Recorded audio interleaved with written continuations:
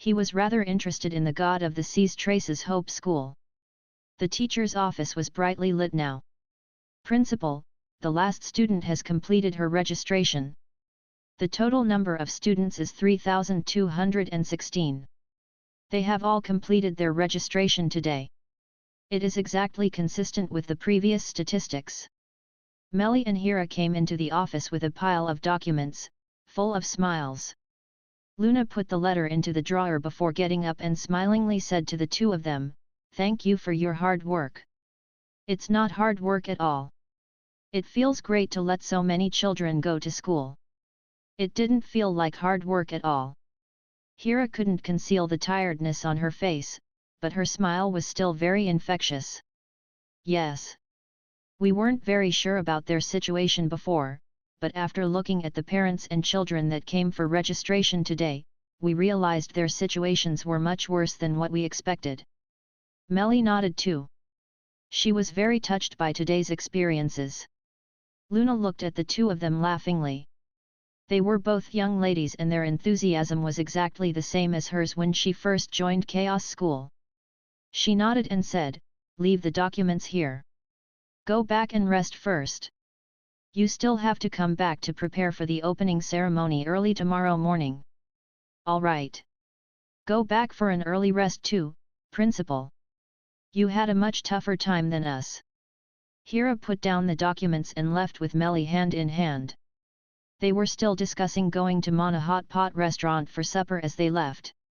Luna put the documents into the cabinet. She sat down, pulled open the drawer and stared at the letter from Rodo quietly for a while, before tearing it into pieces and throwing it into the trash can. Grandfather had taught her since she was young to put things back to where they belong. This was a good habit. What did the betrothal made by others have to do with her? Let the person who agreed be the one to marry. She had no time to care about the benefits from entanglements of those rich and influential families. There were 3,216 children here who chose Hope School because they trusted her. How could she let them down? As for her family, as long as she didn't reply, she could pretend that she had never received the letter and had no idea about this matter. Even though the Karad family was influential, their influence still couldn't reach Chaos City. She wasn't worried that they would come and catch her in Chaos City. Luna leaned against the chair and murmured to herself, "However, I can't pretend that I don't know about this forever. Even if I can escape from the Karad family this time, what about the other families? What can I do to stay in Chaos City properly?" Vivian suddenly appeared at the door with her hand against the door frame and looked at Luna smilingly. "It's very simple. Just marry a man in Chaos City. Won't the problem be solved then?" Luna was slightly taken aback. She quickly got up and pulled Vivian in. She even took a quick peep at the corridor to make sure there was no one there before closing the door. She heaved a breath of relief. "What are you doing? I didn't come here to rendezvous with you. Why did you make it so mysterious?" Vivian lifted Luna's slightly chubby chin and smilingly said, "Maiden, why don't you just come with me?" Scram! Luna slapped Vivian's hand away and rolled her eyes. Vivian sat down on a chair at the side, looked at the torn letter in the trash can and smilingly said, "What is it? Did your father pressure you to marry that wastrel from the Karad family again? He always says that in the letters he sends me. Besides that, he talks about nothing else." Luna pursed her lips and said with exasperation, "He said it's time for the agreed marriage and he wants me to return to Rodur right away. Otherwise, he will come and get me personally. What kind of father is that?" Vivian raised her eyebrows and glared. "What do you intend to do now? Hope School has just opened. I can't leave now even if I am willing to marry that guy. Besides, I don't want to marry a man whom I have only met twice, have no interactions with and who has a very lousy reputation." Luna shook her head with a convicted gaze. "I'm not going back. I support you." Vivian grabbed her hand and gravely said, "I'll go look for my father after I get home tonight. As long as you are in Chaos City, no one can bring you away if you are not willing. Not even your father." Luna hugged Vivian tightly and smilingly said, "Good sister, I'll treat you to hot pot in 2 days. Why don't we go now? Your work is almost completed, right? I'm hungry now. Let's go have supper at Mana Hot Pot restaurant now. You can sleep at my place tonight and come back to work tomorrow morning." Vivian held Luna's hand and started to walk out. "Now?" Luna looked hesitant. "Isn't it too late now? It's only 9 p.m. now. It's still early. Mana Hot Pot restaurant only closes at midnight. Going there now is just right." Vivian took the coat from the side and put it on Luna as she opened the door and said, "Our principal Luna has just accomplished one big goal in life. We should celebrate." Luna looked at Vivian with a gentle smile in her eyes. Only a true friend would know what she wanted. "Oh yes. Are you really not going to consider my suggestion? I think Boss Mag is super nice. If you married him, we can go back to Mamie restaurant right now and we will get to eat the hot pot and grilled fish prepared by Boss Mag personally. Isn't that perfect?" Vivian suggested seriously. Luna laughed at her suggestion. "Why don't you marry him then? He can even warm up the bed for you when you get home." "I want to, but as your buddy, how can I steal your love? It's immoral." Vivian shook her head matter-of-factly before whispering into Luna's ear, "Are you really not tempted by the idea of Boss Mag warming up your bed?" Luna's ears turned bright red instantly. She let go of Vivian's hand and turned her face away. "I'm not going with you if you keep talking like this." All right. I won't joke about you anymore, Principal. Let's go now." Vivian pulled Luna out with a smile and boarded the carriage that was waiting outside the school's gate. Mana Hot Pot restaurant was still brightly lit late at night and the supersized hall on the first floor was still filled with people. They were drinking, boasting and eating hot pot. It was very boisterous. Vivian brought Luna to the second floor with familiarity and found a quiet room. They wanted to enjoy this rare supper time by themselves.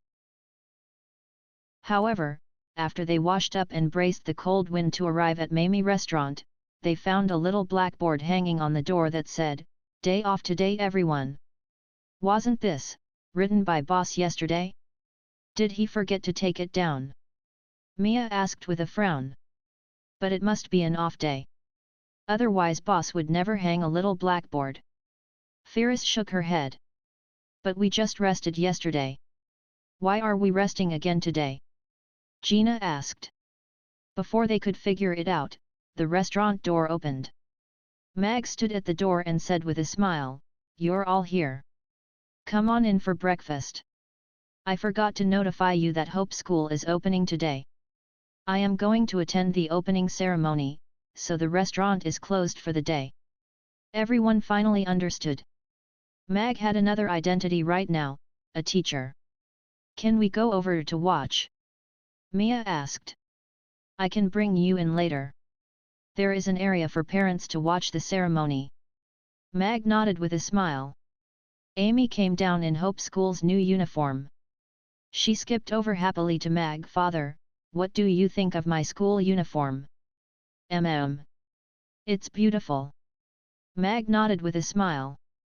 Gloria was the one who donated Hope School's uniform. There were 2 types, the winter uniform and the summer uniform. The design was a simple blue and red set. It was made of very warm and thick cotton and the pants were very appropriate for children who were at an active age. Mag did not participate in the school uniform's design. He heard that Gloria did it on her own and he could tell that she had put in a lot of effort. Amy had chosen to transfer to Hope School and Mag did the transfer application for her a couple of days ago. Amy was not eligible for free admission to the school, so Mag had to pay 3,000 copper coins as school fees. Amy would be going home for her meals, so Mag did not have to pay for school meals. This was discussed between Mag and Luna before. Hope School was primarily set as a charity school, but that did not stop their ambition of transforming it into the best school on the Norland continent. Therefore, children from poor families in Chaos City could be admitted for free, but students from well-to-do families, who entered through Hope School's admission test, had to pay school fees every semester. It could not be a long-term plan for the school to depend solely on charity funds to operate.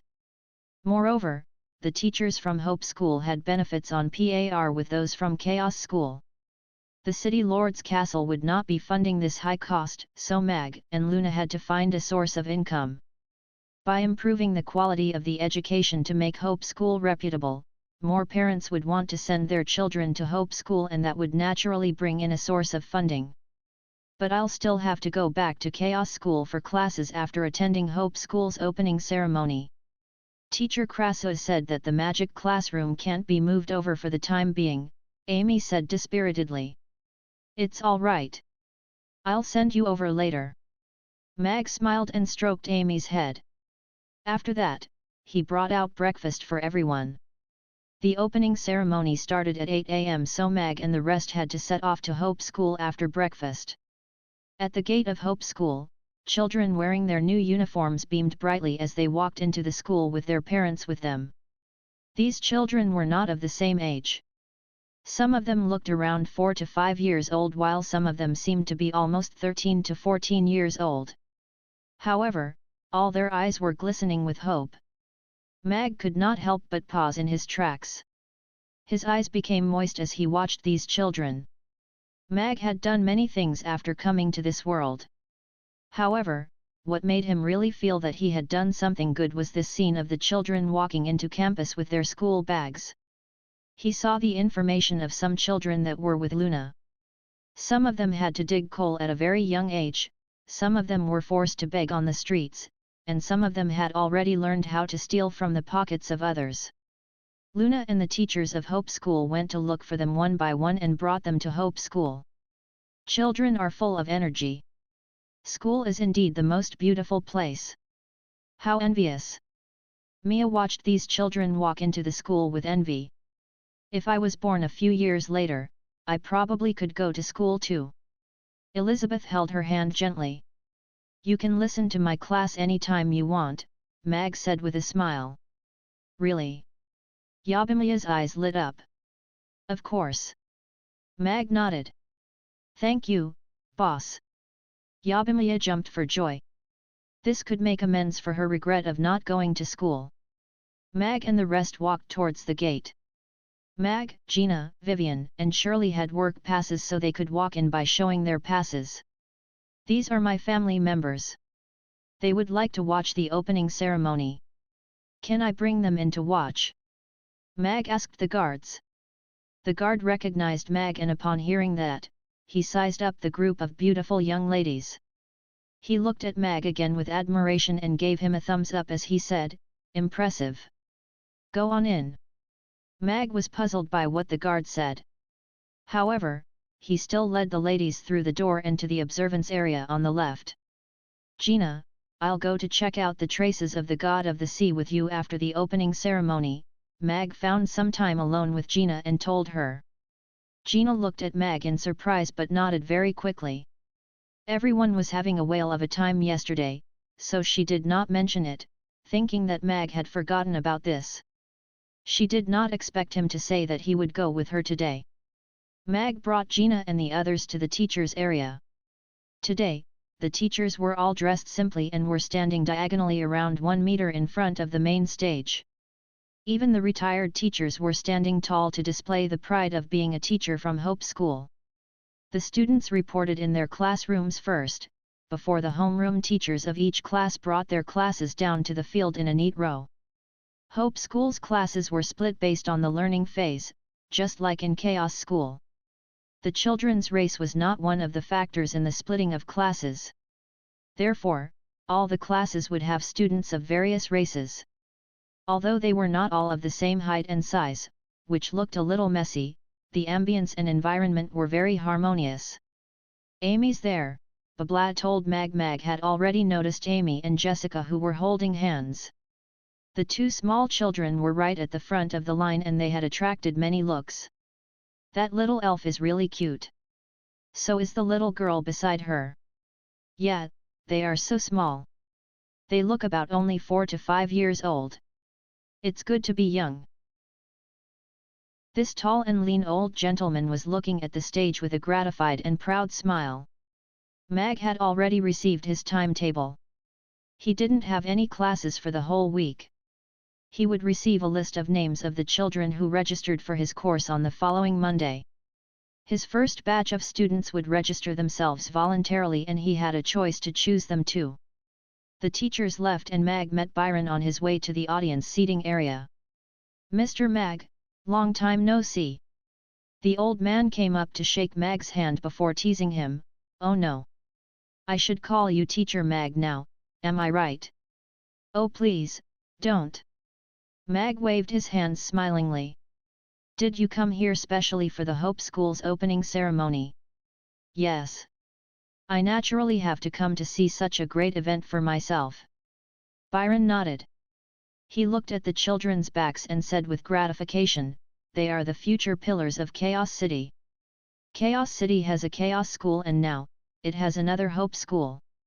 Chaos City's future is promising." "Pillars sounds rather heavy. I just hope that these children could have an easier future," Mag said smilingly. Byron looked at Mag quietly for a while before suddenly saying with a chuckle, "Luna is right. You're an interesting man. Did Teacher Luna praise my talents?" "Luna has praised your talents more than once, and you deserve great credit for the establishment of Hope School." Byron looked at Mag with appreciation. "This is all Luna and the teacher's hard work. I only did a tiny bit within my ability." Mag quickly waved his hands.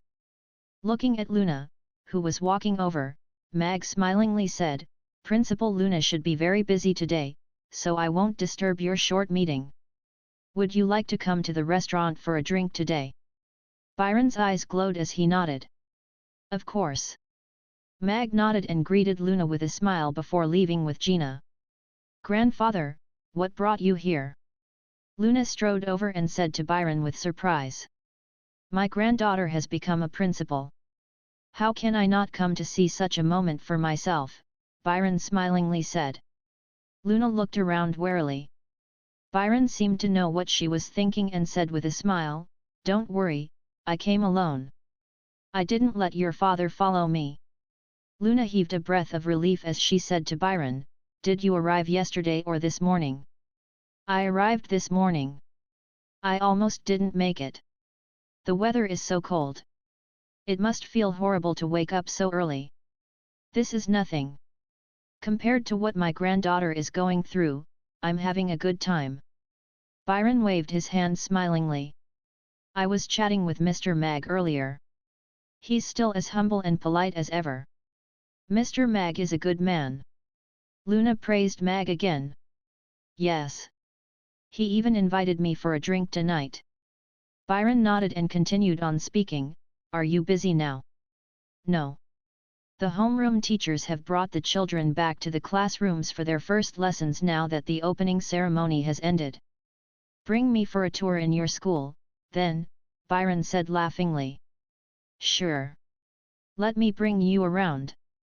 Luna nodded smilingly. Sitting on the purple-striped griffin's back, Mag asked, "Gina, is that magical pearl of the sea still having unusual movements?" "Yes, and it's getting more obvious." Gina took out the magical pearl of the sea. There was a blue light blinking within that crystal ball and it was moving slowly as though it was alive. "Did your race record anything about such movements?" Mag looked at the crystal ball with a frown. He was perplexed. "No." Gina shook her head. "But the high priest once said that the magical pearl of the sea was discovered in the traces of the god of the sea and is connected to the god of the sea. If there are unusual movements with the magical pearl, it must have something to do with the god of sea." Mag lamented for a moment before saying, "But all of Lantist has fallen into the underground city. Hence, do the traces of the god of the sea still exist?" "The traces of the god of the sea aren't in Lantist." "The traces of the god of the sea were discovered by the Lantistine forebears by accident. They were located in a separated region from Lantist, which was also the only connected space when Lantist was sealed. It has an entrance within Lantist's territory." Gina explained. Mag nodded thoughtfully. This was different from what he had imagined. What is in there? There are many spatial interstices in the traces of the god of sea. It's very dangerous, so other than the high priests, priestesses, and a few powerhouses in the race, ordinary people are not allowed to go into it. Gina shook her head. I have never been into the traces either, but the high priest had once told me that the legacy of the god of the sea might be in there. We might be able to establish a real connection with the god of the sea. Mag nodded. He didn't quite believe in such whimsical things. However, according to Gina's descriptions, the traces of the god of the sea might be a small space and one that was extremely unstable. The spatial interstice was lethal to a normal person, but he should be able to protect Gina. When they were investigating the traces, Ozzy flew at top speed, and in less than 2 hours, the boundless sea realm appeared in their sight again. Wait for me here, Ozzy. We'll be back soon. Mag patted Ozzy and took out the submarine. He dived towards the Lantist's old location with Gina. Although Mag learned how to swim, this trench was tens of thousands of meters deep. Only an idiot would dive personally. Although the submarine was descending rapidly and the surroundings got increasingly dark, they could still see the marine animals being spooked by the submarine and escaping occasionally. Gina became quiet once they went into the sea. This was Gina's first time back since Lantist sank. Mag could empathize with her feelings of homesickness. After all, the old Lantist had disappeared completely and they didn't know what the hole that underground city mended looked like. However, it was no longer Gina's home. Soon after, the submarine reached the bottom of the sea. It was a bare sea bottom. Underground city gave it a layer of disguise, making this region look no different from the other regions at the sea floor. However, it was also because of this that the traces of Lantist's existence had been completely wiped out. Gina left the submarine and looked around. She pursed her lips together in an attempt to restrain her emotions. Mag watched her from the submarine quietly. She could only digest this kind of emotion by herself. Any words of consolation would only be pale and weak. Mag sized up the surroundings. The territorial waters were empty and there was nothing special on the ground. Was this the so-called entrance to the traces of the god of the sea? Coming out of the submarine, Mag had to briefly adjust to the sudden increase of pressure. His bones made some crisp cracking sounds as he forced himself to undertake the pressure. Other than certain special timings, only the magical pearl of the sea can make the entrance to the traces appear, so the people from underground city shouldn't have discovered it, Gina said as the magical pearl of the sea appeared in her hands. A blue beam lit up and there seemed to be a faint shadow of a mermaid dancing within the magical pearl of the sea. The bottom of the sea trembled and a shiny golden gate appeared in the waters in front of them. It was a 10-meter-tall quaint golden gate. Numerous mysterious words were carved on it and 2 golden merfolk guards with harpoons were standing on its left and right. Mag finally understood why Rankster deemed the god of the sea as a religion. After all, at this gate, the merfolk looked like guards guarding over this gate to the traces. Gina turned to Mag and said, "Boss, I have never been into the traces of the god of the sea either. I don't know if it would reject your entry." "Don't worry. It's just an old ruin. The older a thing is, the more powerful it is. This is a weird theory." Mag shook his head with a smile. He only believed a thing would only get more powerful as it aged, just like the great old ones. Even the elder things became increasingly powerful by depending on their technological advancements. Gina nodded and slowly pushed the magical pearl of the sea in her hands outwards. The pearl was giving out a glaring blue light and it landed in a small hole right in the center of that golden gate. Just like a key, it fitted perfectly. The closed golden gates opened inwards gradually and revealed a dark, mysterious entrance. Mag did a quick scan, but his consciousness was simply lost within it. He couldn't see what was behind that gate. "Let's go in to check it out." Mag grabbed Gina's hand and stepped into that mysterious space. The blue light beamed outwards and Mag grabbed Gina with one hand and grasped his Tiandu sword with the other. After a brief discomfort, their vision returned and they discovered they were standing on an altar. This wasn't the bottom of the sea. The sky was exceptionally pale with no clouds and sun. There was only the color white, as though an evenly colored white drawing board was placed over the sky. All they saw was a patch of ruins. The white marble buildings had all collapsed and shattered. White stone pillars, white stone towers, white walls, white floors. Other than the color white, there were no other colors in this world. This place seemed to have gone through a terrible battle and everything was destroyed. However, one could imagine what a magical place this was back then, just by looking at these ruins. The surroundings were pitch silent, making this broken place look eerie. Be careful! Mag suddenly pulled Gina into his arms. A black spatial interstice suddenly appeared quietly at where she was standing.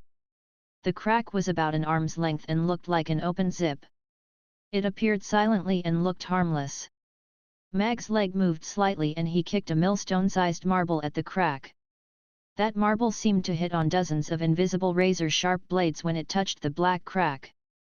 It was turned into dust instantly and then sucked away by that interstice. The whole process was completely silent and the interstice still looked as harmless as before. Gina gulped and snuggled into Mag's arms. Master didn't lie to her. It was terrifying. Boss made her feel safer. All right. I'll watch out for the spatial interstice, while you check on the magical pearl's unusual movements. Mag reminded Gina, who was hanging onto him with exasperation. This lass liked to wrap her legs around him when she had them. Oh! Gina stood up properly again and took out the magical pearl of the sea that had returned to her. The dot of blue light became even brighter after they entered the traces of the god of the sea. A little arrowhead even appeared in that crystal ball, as though it was leading them. Since it's showing us a way, let's see what's over there first. Mag hugged Gina's waist with one hand as he followed the arrow. The interior of the traces was huge. Mag and Gina left the altar that they first teleported onto and went through a huge area of ruins. They avoided countless spatial interstices that appeared suddenly and finally stopped at a place that looked at an arena. The arena made of white marble was also filled with craters all over. However, judging from the size of this arena, Mag could still sense the greatness of that being who had once controlled this arena. Gina's mouth was also slightly agape as she stared at this huge arena with shock. The blue light dot no longer moved and the indicating arrow disappeared too. This meant they should have arrived at the location that the magical pearl of the sea wanted them to be at. What is that? Mag raised his long sword and pointed at a blue egg on an elevated platform in the center of the arena. It was an oval egg that was about 50 centimeters tall. It was emitting blue light all over and mysterious patterns were all over the eggshell. They looked like they were formed naturally. Mag and Gina went forward to size up that giant egg. The unusual movements of the magical pearl of the sea seemed to be triggered by this egg. It seems to be alive, Gina said softly, unable to conceal the shock on her face. It is alive. Mag nodded and agreed with her. He could sense weak signs of life on this egg, which meant this egg was alive. An egg with signs of life appeared in a ruin that nobody knew how old it was. This was, without a doubt, weird. Gina's eyes lit up as she asked Mag, could it be the god of the sea?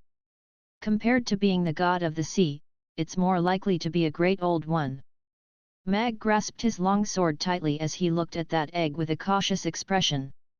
Although he couldn't ascertain that the master of these traces was the god of the sea that the Lantistenes believed in, he was certain that this was once a great power and their controller might really have possessed the power of a god. However, it was still destroyed. The entire little world was destroyed. And, only the great old ones could do, and would endeavor to do this. Countless years had passed and a thing with signs of life appeared in this ruin. Compared to the god of the sea, he was leaning more towards the great old ones. Crack! A crack appeared on the eggshell. There was a sudden strong breath of life, as though it was going to break out from its shell. Several spatial interstices appeared around the egg but none could go near the egg that was left with only the thin lining. Mag held his sword and hesitated, not sure if he wanted to make the first move. I can feel kindness and kinship from it. Even if it isn't the god of the sea, it should be something related to Lantist. Please don't harm it, Gina told Mag sincerely as she took a step forward to stand between Mag and the egg. Mag thought for a while before putting his sword down. He nodded and said, "If anything happens, I will bring you out of this place first." "Sure." Gina nodded. Just then, the crystal ball in Gina's hands emitted a bright glow and flew without stopping towards the egg. Gina watched nervously. The magical pearl of the sea had never behaved so strangely before. At least in Lantist's recorded history, such a mysterious egg had not appeared before either. What exactly was this mysterious giant egg that appeared at the traces of the god of the sea? What relationship did it have with the god of the sea and Lantist? Why did it cause such a strange reaction in the magical pearl of the sea?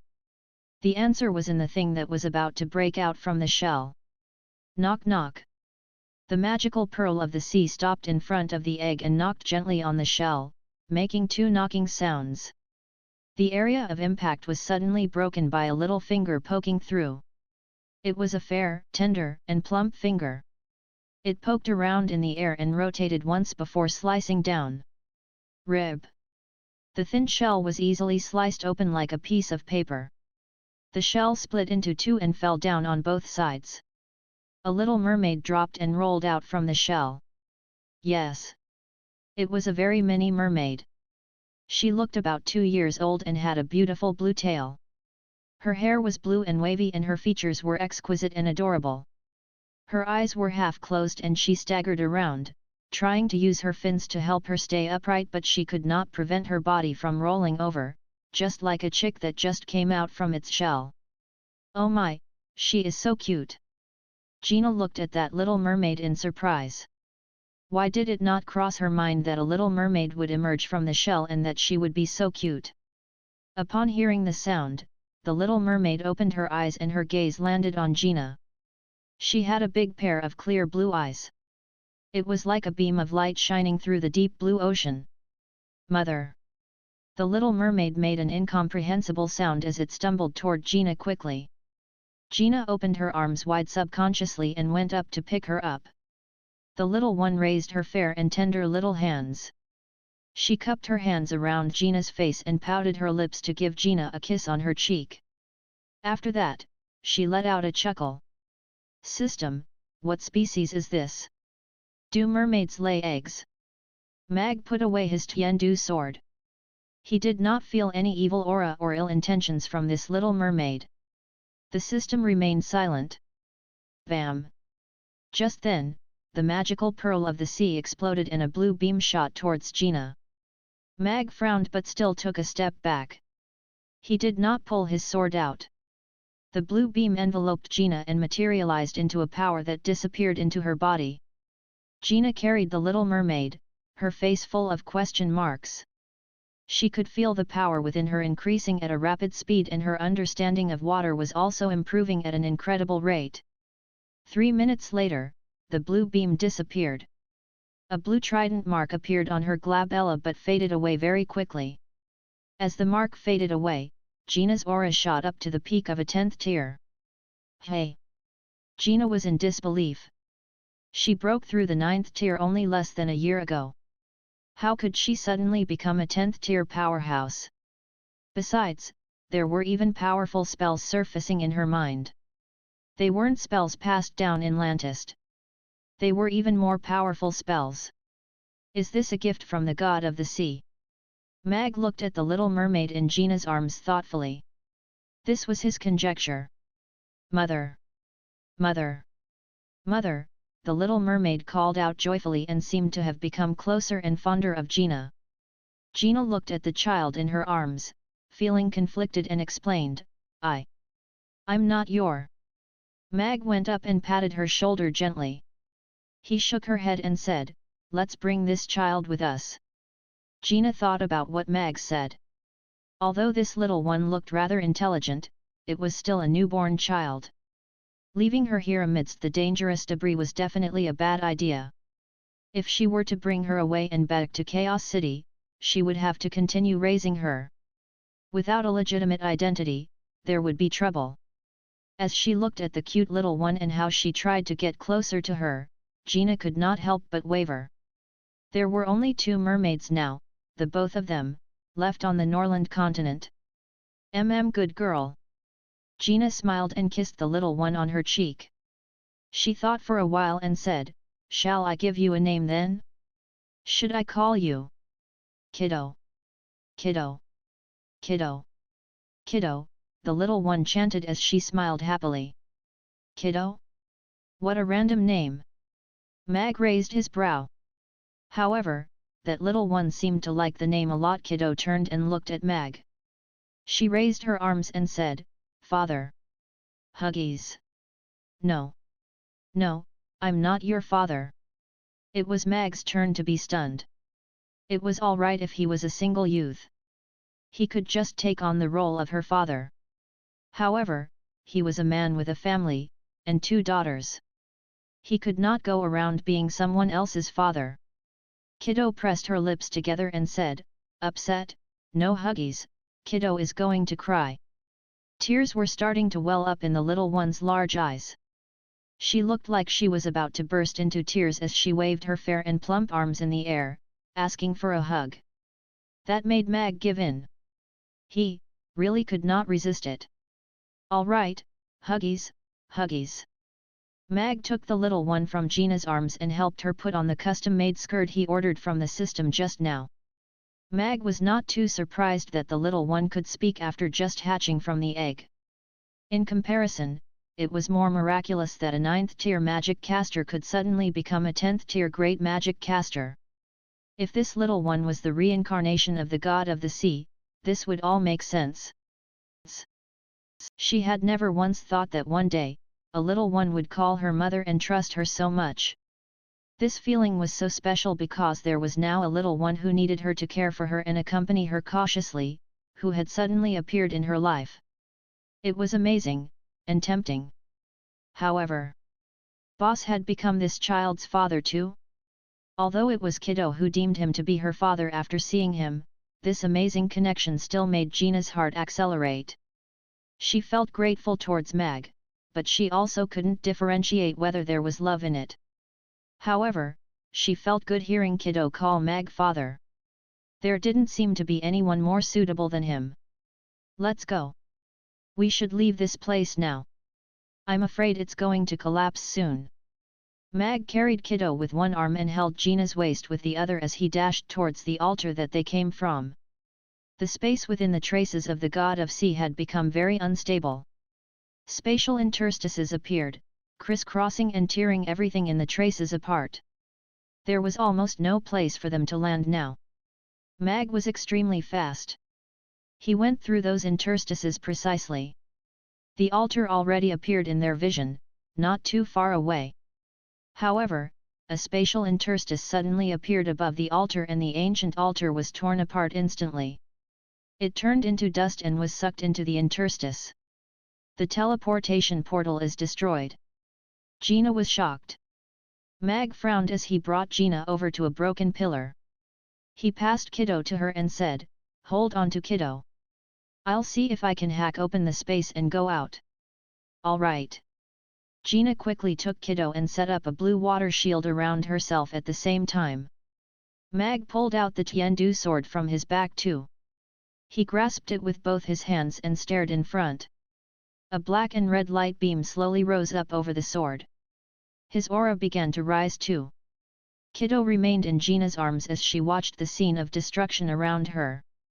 She wasn't afraid, instead she looked intrigued. Her gaze finally landed on that destroyed altar.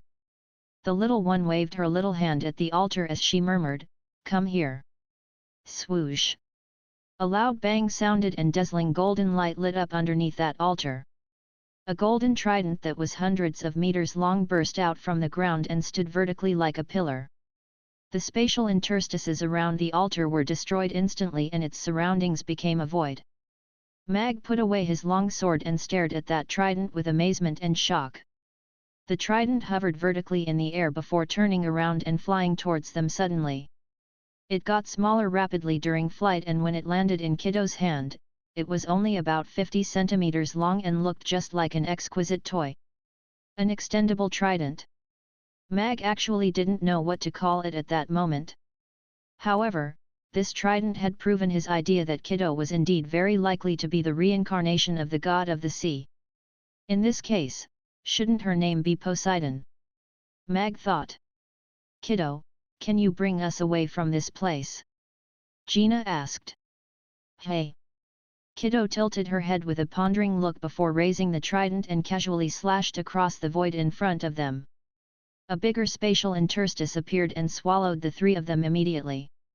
She's digging a hole for her dad. Mag was in the midst of pulling his sword out when his surroundings lit up and he was almost choked by a mouthful of seawater. Mag was holding onto Gina, and when he turned around, he happened to see that golden gate break and shatter in the twisted space. It finally disappeared completely. Oh yes! Kiddo! Mag suddenly realized, would Kiddo, who came out from the traces of the god of the sea, be crushed by the intense pressure that had increased by tens of thousands of times suddenly? Then, he saw the little one swim out from Gina's arms and swim happily in the sea, wiggling her little tail around. She was even wrestling with an anglerfish now. Oh yes, she was the god of the sea. Wouldn't it be ridiculous if she got crushed by the sea pressure? Mag shrugged and felt amused by his unnecessary worry. Let's go, Kiddo. We'll be going up. Mag put away the submarine and swam upwards together with Kiddo. After the little mermaid got used to the sea, she immediately began to swim around happily in the sea. Then, Mag witnessed a magical scene. Countless marine animals began to follow after Kiddo. They were lining up after her, as though they were following their queen. And countless marine animals seemed to be summoned, and they were rushing over to pay their respect. I have never seen a scene like this. She's the god of the sea. Gina watched this scene with shock on her face.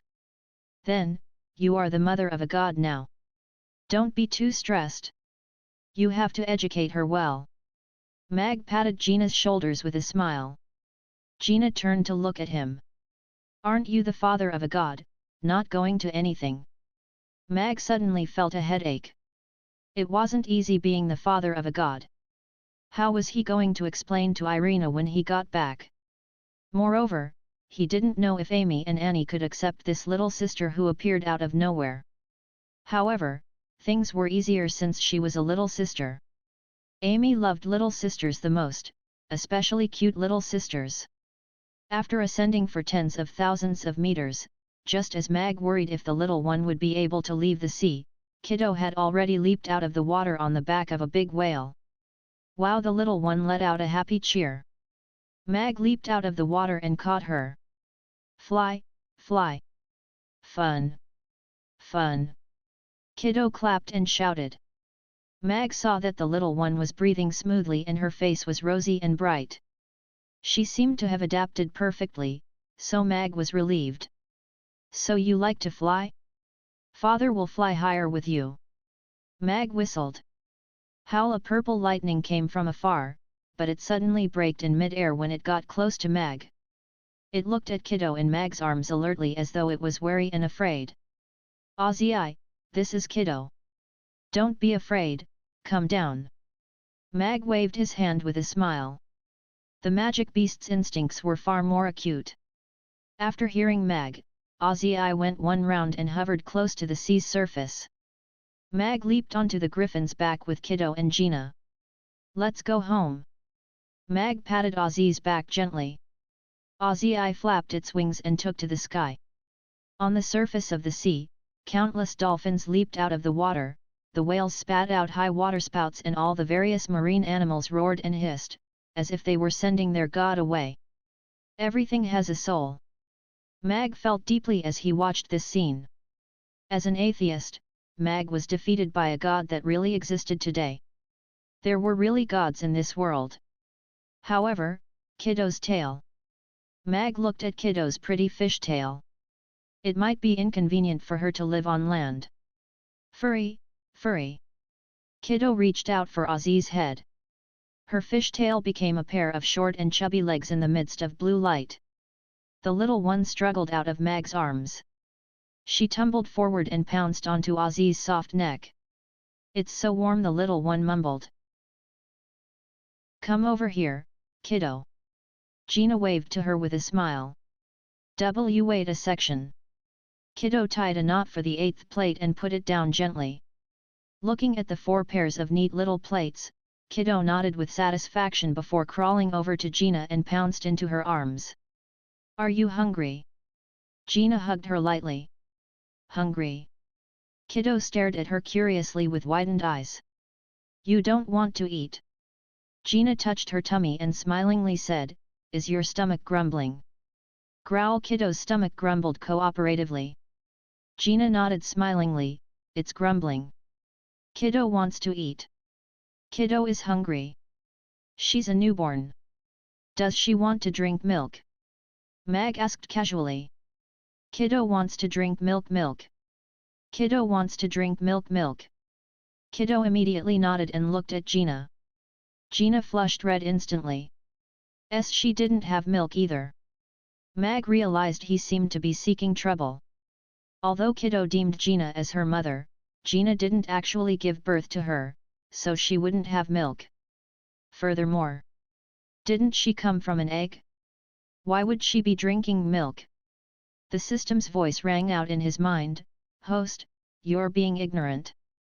Oviparous mammals do exist on Earth. The platypus is one of them. Hence, it shouldn't be surprising that oviparous magic beasts exist on the Norland continent." Mag didn't want to acknowledge the system's random sharing of general knowledge.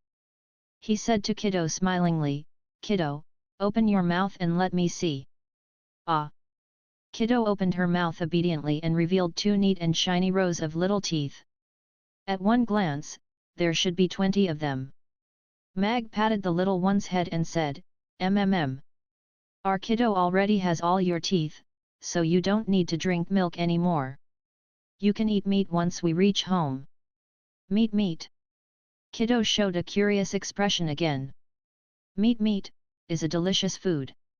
Just wait a while longer. We'll be home soon and I'll make it for you." Kiddo nodded and said, "Great. Kiddo wants to eat father's meat. It's the meat that father makes. Not father's meat." Mag corrected her.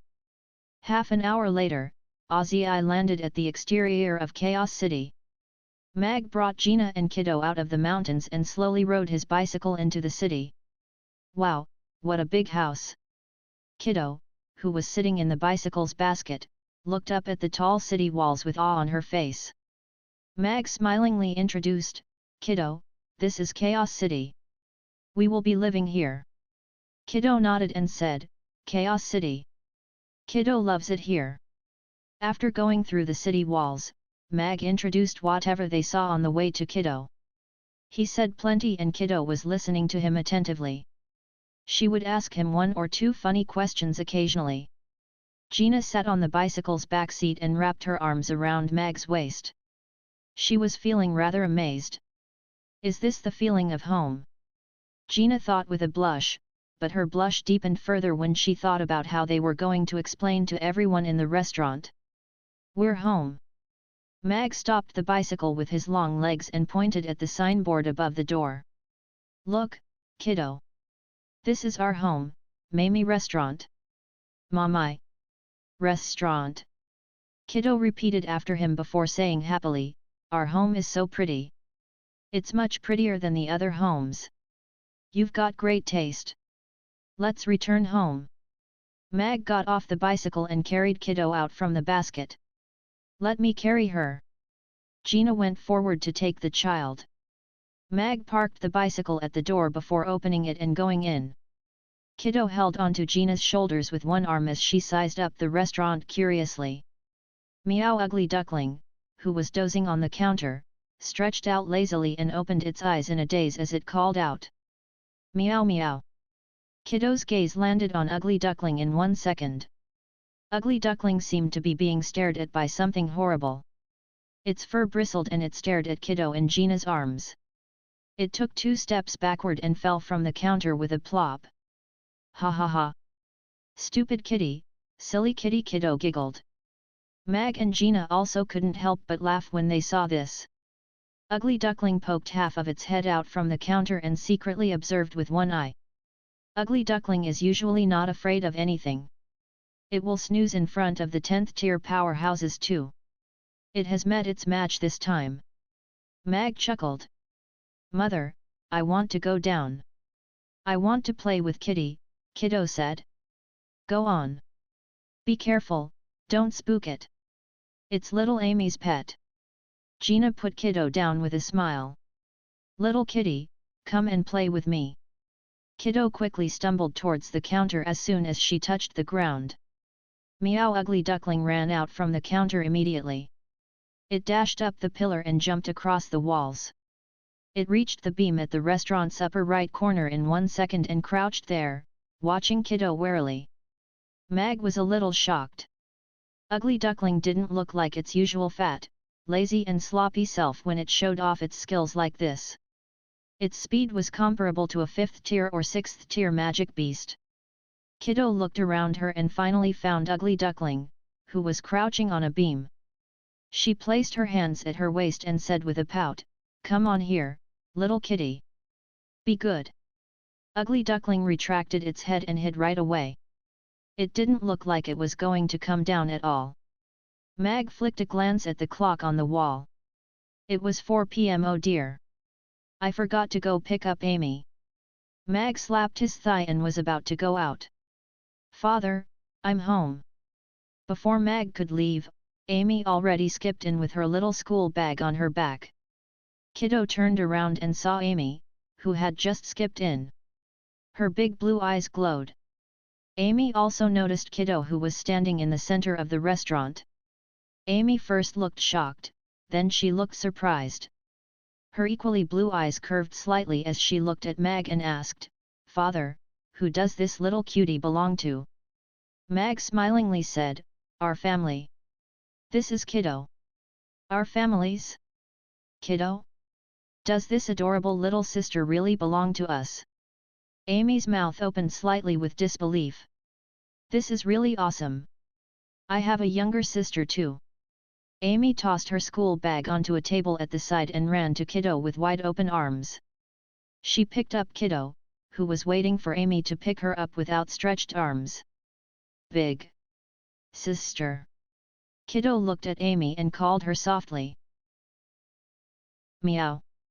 Ugly Duckling tilted its head with befuddlement. It looked at them in confusion. Why was his little mistress hugging that dangerous fellow? "Stupid kitty," Kiddo looked up and said with pouty lips. "Ugly Duckling, how did you end up there?" Amy looked up at Ugly Duckling, who was crouching on the beam with surprise too. The rotund Ugly Duckling even had trouble getting up to the counter normally, so how did it get to the highest beam in the restaurant? "Kiddo spooked it," Gina said with a smile. Amy's eyes lit up. "Oh, I see. Then, let's get Kiddo to supervise Ugly Duckling's slimming progress. The effect will definitely be great. Ugly Duckling. Come down, Ugly Duckling." Amy waved at it. Ugly Duckling stared at Kiddo warily for a while before hugging the pillar and sliding down unwillingly. With its tail up high, it crawled over to Amy on its stomach and weakly called out, "Meow." "Kiddo, this is Ugly Duckling." Amy put Kiddo down and picked up the roly-poly Ugly Duckling. "Ugly Duckling? Ducky? Kitty?" Kiddo looked at Ugly Duckling curiously. She tiptoed and reached out with her chubby hand to pat Ugly Duckling's head. Ugly Duckling's fur stood up on end immediately. It arched its body as though it was going to run amok at any time. Smash! Kiddo's palm landed on Ugly Duckling's head. "Be good, or I'll flatten your head." Kiddo used the cutest tone of voice to say the harshest words.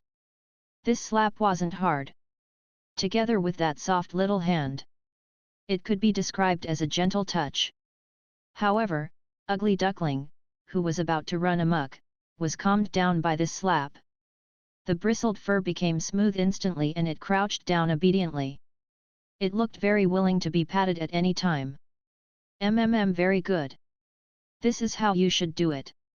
Amy looked at Kiddo with satisfaction, as though she had found a commonality in her. Ding! New mission, Kiddo the newcomer. Could Little Mistress help Kiddo to get used to her new home and surroundings and gain more than 90 points of favorability from Kiddo? The mission reward would be decided by the mission's progress of completion. Right at that moment, the system's voice appeared in Amy's mind. What a simple mission! Isn't that what I'm going to do right now? Amy put Ugly Duckling on the floor and took Kiddo's hand. Let's go, Kiddo. Big sister will show you our home. All right. Kiddo nodded obediently and followed Amy around to get to know the restaurant. Gina, take a break first. I'll go make some food for Kiddo. Mag poured a glass of water for Gina and went upstairs to take a quick bath before changing into his chef's suit and making dinner for Kiddo in the kitchen. Kiddo already had all her teeth and he had heard her munch on the mint sweets on their way home, so her bite should be quite good. He didn't have to specially make soft food for her. Mag intended to let the little one have a light dish for her first meal, so he made her a helping of Yangzhou fried rice. When Mag came out from the kitchen with 2 helpings of fried rice, Kiddo was riding on Amy's little wooden horse and Amy was introducing the toys in her arms to her. The ambience of the sisters' first meeting was not bad and they got along very harmoniously. All right, Kiddo. Let's wash your hands and have your dinner, Mag said with a smile. Let's go. I'll bring you to wash your hands. We have to wash our hands before we eat our meals, so we won't get diarrhea. Amy took Kiddo's hand and walked to the kitchen. Gina smilingly said, Little Amy seems to like Kiddo a lot. Mag also replied with a smile, she always wanted to have a younger sister. Now that her dream has come true, of course she likes her. Gina continued to ask, where's Annie? She's not at home. She should have gone out to sketch. She's not in her room. Mag nodded. Annie had always gone out to sketch recently. Others' picture books could no longer satisfy her learning needs. She always came back home with a stack of sketches. Amy came out from the kitchen with Kiddo. Seeing the 2 helpings of fried rice on the table, Amy said to Mag with smiley eyes, Father, do I have a helping too? Yes, you can have a small bite first. We'll have dinner together later. Mag nodded with a smile. Alrighty. Amy climbed onto her designated seat with a smile. Gina carried Kiddo to her little chair. It's so pretty. Kiddo looked at the colorful fried rice on the plate with glowing eyes. Amy introduced it to her. This is rainbow fried rice. Father made it. It's a very, very delicious rainbow fried rice. It's a very, very delicious rainbow fried rice. Kiddo repeated and confirmed again. Let's start eating then. Amy picked up her spoon and fed a spoonful of fried rice into her mouth. She chewed happily with her cheeks puffed out. Kiddo watched Amy for a while and then picked up the small spoon in front of her. She scooped up some fried rice clumsily and tried very hard to put the spoon into her mouth. Although she dropped half of the fried rice onto the table, she still experienced the taste of food for the first time. Kiddo's big bright blue eyes lit up instantly, as though she had tasted something incredible. The sweet rice that was wrapped by the eggs, was accompanied by all kinds of delicious ingredients. Together with the refreshing taste of the spring of life, it was a taste that she had never tried before. It's so scrumptious. Kiddo looked at Mag and nodded. The super delicious rainbow fried rice that Father made. Have more since you like it. Mag wiped a grain of rice away from her face with a smile. Kiddo pulled the plate towards her and leaned forward to get her mouth closer to the plate. She used the spoon to push a mouthful of rice into her mouth. This time, not a single grain of rice was dropped onto the table. Kiddo is so smart. Amy praised. She never taught Kiddo to eat in this way. Kiddo chewed quickly with her cheeks puffed out like a cute little squirrel. She looked a little like Amy when she was eating. That made Mag and Gina smile. Amy put her spoon down onto a clean plate after she finished off the fried rice. She curiously asked Mag, Father, is kiddo Gina's and your child? Was she born today? Mag actually didn't know how to answer his daughter's soul-searching questions at that moment. Gina was also blushing slightly. She turned her head to the side slightly and pursed her lips in silence. Yes. Mag nodded with a smile. Then, will kiddo have wings when she grows up?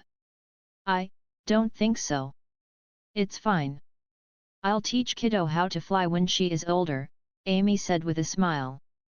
Kiddo nodded and said, fly fly. I like to fly fly. Amy patted her head and said, go on and eat, kiddo. We can even have an ice cream when you're finished. All right, kiddo answered obediently and continued to chow down the fried rice. You're only allowed to eat one ice cream. I'm going to make dinner now. If there's anything you want to eat, tell me later. Mag got up and walked to the kitchen. He had to start making proper dinner now. He still had to entertain Luna's grandfather, Mr. Byron, later. Right then, someone knocked on the door. The restaurant's door was pushed open and Annie stood at the door with a sketchboard. Her gaze landed on kiddo and her footsteps faltered. A hint of bewilderment appeared on her face. The drawings in her left hand scattered everywhere onto the floor. They were all sorts of quick sketches based on people and scenery. Kiddo, who was eating happily, also turned around suddenly. She looked at Annie at the door in a daze and her spoon fell onto the table. Kiddo's scared. Kiddo slid off her chair immediately and pounced into Gina's arms. She burrowed her face into Gina's soft bosoms and shivered. Don't be afraid. This is big sister Annie. She's not a bad guy. Gina hugged kiddo and patted her back to console her, but she was perplexed. Why was kiddo afraid of Annie? The little one had been curious about everything she saw on her way. She didn't know what fear was. Mag looked at Annie, who was in a daze at the door, and kiddo, who was hiding in Gina's arms. Apart from being taken aback, he already had some speculation. Annie was born from Thulhu. Even though she was already an independent individual, she still had the mark of the Great Old One. And, kiddo was the reincarnation of the god of the sea. She should be a mortal enemy of the Great Old Ones. Such an enmity had been imprinted in their souls, which was why little kiddo would have this sensation and rejection instinctively after she saw Annie. However, because she was very young and weak now, this feeling became fear, which was a kind of protection for her. Meanwhile, Annie didn't have a big reaction. After being stunned for a short moment, she became normal again. Looking at kiddo in Gina's arms, Annie was perplexed and didn't know what to do. Taking in a god and a great old one as daughters and raising them under one roof, Mag thought that it was a little too bold. You're home. Mag went up to pick up the drawings on the floor. He closed the door and smilingly introduced kiddo to Annie. This is kiddo, the new member of our family. Amy jumped off her seat and said with a smile, big sister Annie. Kiddo is super cute, but she seems to be a little shy. Annie also smiled as she looked at kiddo, who had her head buried in Gina's bosoms, curiously. However, she didn't go forward as she could sense that kiddo didn't like her. Amy walked over to Gina. She shook kiddo gently and said in a soft tone, Kiddo, this is big sister Annie. Finish your fried rice quickly and I'll go get the ice cream for you. Then, we will look at the drawings that big sister Annie drew today. Kiddo looked up slowly and poked her head out to look at Annie cautiously. The dark shadow had disappeared and she was a pretty big sister. Annie gave her a warm smile.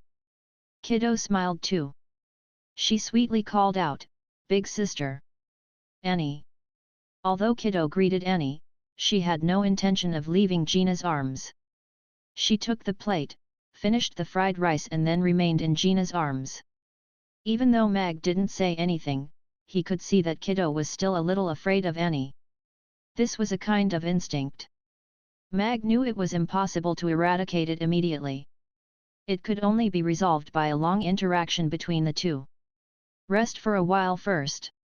Dinner will be served soon. Mag took Annie's drawing board and patted her head before going into the kitchen. He also said to Amy, "Little Amy, go bring the big sisters here for dinner and introduce Kiddo to them." "All right."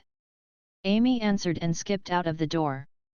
Annie sat across from Gina and stared at Kiddo for a while before asking Gina in sign language, "Big sister Gina, is this your child?" "Yes.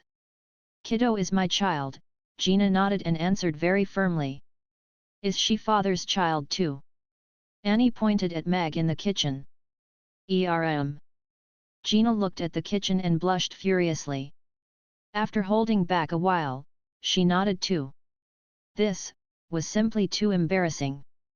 She wanted to escape with Kiddo when she thought about how she had to answer the same question to everyone later. The boss and her had nothing going on, but now they had Kiddo together. It would be hard to explain things now. Annie nodded thoughtfully. She noticed that Kiddo was staring at her drawings, so she pushed the entire stack to Kiddo. Gina flipped through those drawings for Kiddo. Annie had drawn all kinds of plants, birds, and animals, and many interesting scenes. Gina smilingly said, "Annie has gone to the bird and flower market at the west of the city today." Annie nodded. "It's so pretty." Kiddo looked at the drawings and praised softly before pointing at a rooster. "What is this?" "This is a rooster," Gina replied. "Is it delicious?" Kiddo asked again. Gina flicked a glance at her. Kiddo had only played with Amy for a short while and she was already on the path of becoming a chow hound. It's delicious. It can be made into beggar's chicken and spicy diced chicken." Gina nodded with a smile. "I want to eat it." Kiddo looked at that impressive rooster and gulped. "Then, I'll add a beggar's chicken for Kiddo tonight." Mag's voice came from the kitchen. Little chowhounds were the easiest to satisfy. Mag had never worried about little chowhounds before. Kiddo happily answered, "Yet." "What?" "Gina has a child. And it's with boss." "When did this happen? Why didn't we know anything?" "Boss, this animal. I worked here first." Shocked voices could already be heard in the restaurant before the ladies entered. This shocking news caused the ladies to go into an uproar. Something isn't right. Gina has only been at the restaurant for 6 months. How did she have a child? Yabimiya said with befuddlement. Could it be that the merfolk have a shorter gestation period and that they give birth within a few months? Angela guessed. After all, we succubi only need 6 months to give birth to a child. But Gina stays with us daily and she never seems to be very intimate with boss, right? Have you guys forgotten that Gina stayed on the restaurant's second floor for some time when she first came? Perhaps, it was during that time. Boss is an animal. The ladies' curiosity for gossip was fired up. They pushed open the door and came into the restaurant. They wanted to interrogate Gina and Mag to find out when they had got together. Then, they saw the adorable little girl who was sitting on Gina's lap and flipping through the drawings, engrossed by them. The little girl was very tiny and she sat in a very well-behaved manner. She had a head full of long and wavy blue hair. She had a small and delicate face, sparkly bright blue eyes, long eyelashes, a cute little nose and little mouth. Oh my heavens! She's so pretty! Firis covered her mouth and said with amazement. Yes. She's just like Amy. She's simply too cute. Jane nodded too. Is Boss Jean's that powerful? She's so pretty. I want to have one myself after seeing her. Yabimiya's gaze seemed to be melting as she smiled lovingly. No way. Elizabeth shook her head. Kiddo turned to look at the door when she heard the voices. Then, she saw a group of beautiful big sisters pouncing towards her. Come, Kiddo. Let Auntie carry you. Auntie will give you sweets. Kiddo, let Big Sister carry you. Big Sister has a lot of toys. Let me carry her. I want to carry her too. All of them crowded around Kiddo, cooing at her. They had all but forgotten about the gossip. Gina looked at Kiddo, who was already holding all kinds of toys and gifts, smilingly. The little one was so blessed. So many people doted on her. At first, she was worried that she couldn't take care of Kiddo alone. Looking at the situation now, she no longer had to worry about it. Everyone loved Kiddo. Angela got closer to Gina and smilingly asked, "Gina, you have kept this secret from us for so long. Pray tell, when did you have this child? When did you get together with boss?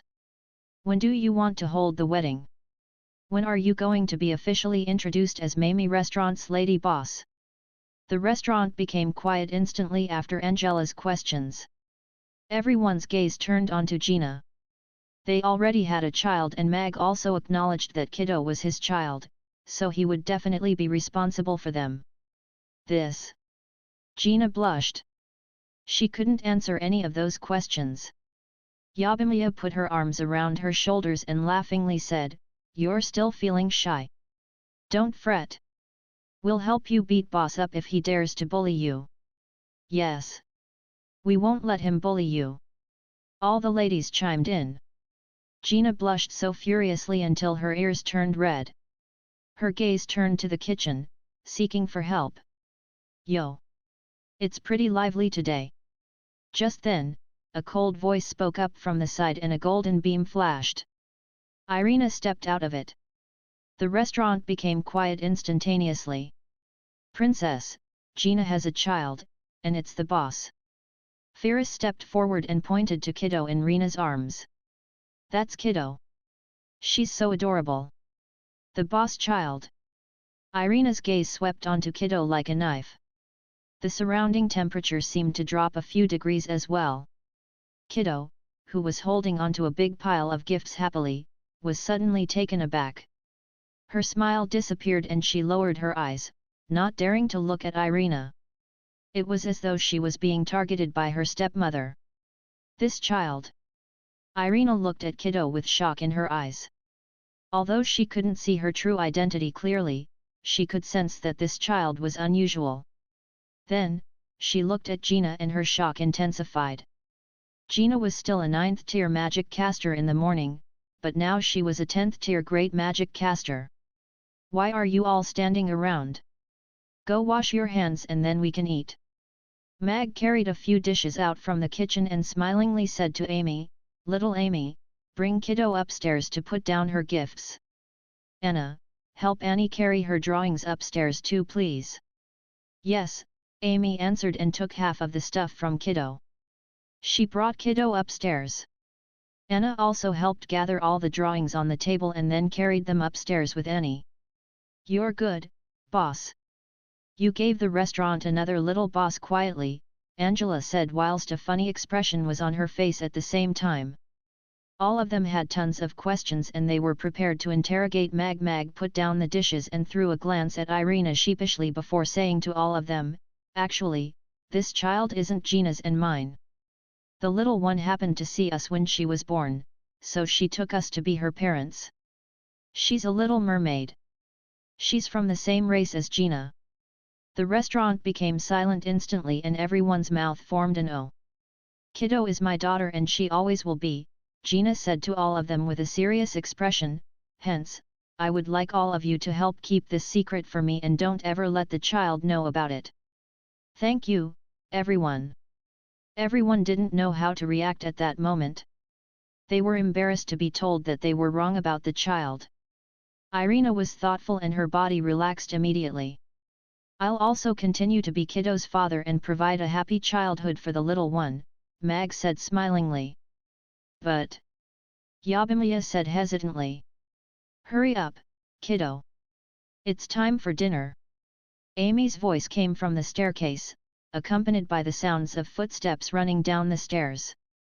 Yabimiya changed the topic and smilingly said, "Let's celebrate Kiddo's arrival tonight. We won't stop till we're drunk." "Yes. Let's celebrate Gina gaining a daughter. It's worth a feast." The children came down and all of them changed the topic with a tacit understanding.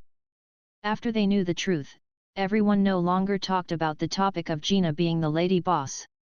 Mag heaved a sigh of relief. He felt he had passed by danger narrowly again. Irina picked up her red wine glass and smilingly said to Mag with a weird smile, "Congratulations, Mr. Mag, for gaining a new daughter." "Thank you." Mag clinked his glass with her. He could sense the 10,000 knives within her smile. "Bye, boss." The other ladies bade goodbye as well. "Kiddo is really cute. Can I bring her to the square tomorrow after school?" Amy asked Mag, of course. Mag nodded with a smile. He stood at the restaurant door and saw Luna and Byron walking over side by side. He said with a smile, "Teacher Luna is here." "Teacher Luna?" Amy's eyes lit up. She stood on her toes and looked out into the distance. Immediately, she spotted Luna from among the crowd and dashed over. "Aren't you intending to explain it to me?" Irina asked with a seemingly gentle smile as she stood behind Mag with her arms crossed. Mag looked at her, thought for a while, and said, "I accompanied Gina to the traces of the god of the sea. She found an egg under the guidance of the magical pearl of the sea. The egg cracked and Kiddo came out from inside.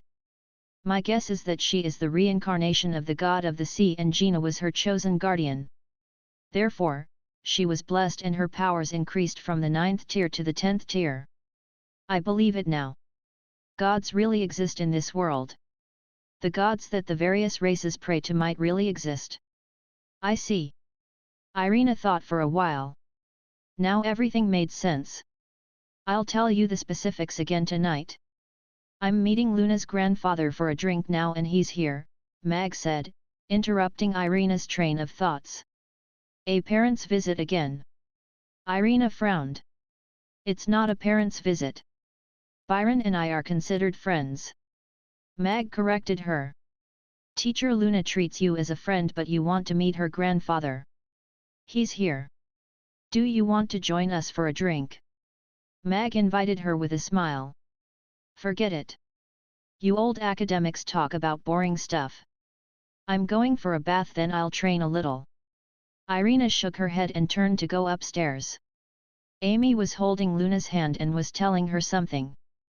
Byron walked ahead with a smile.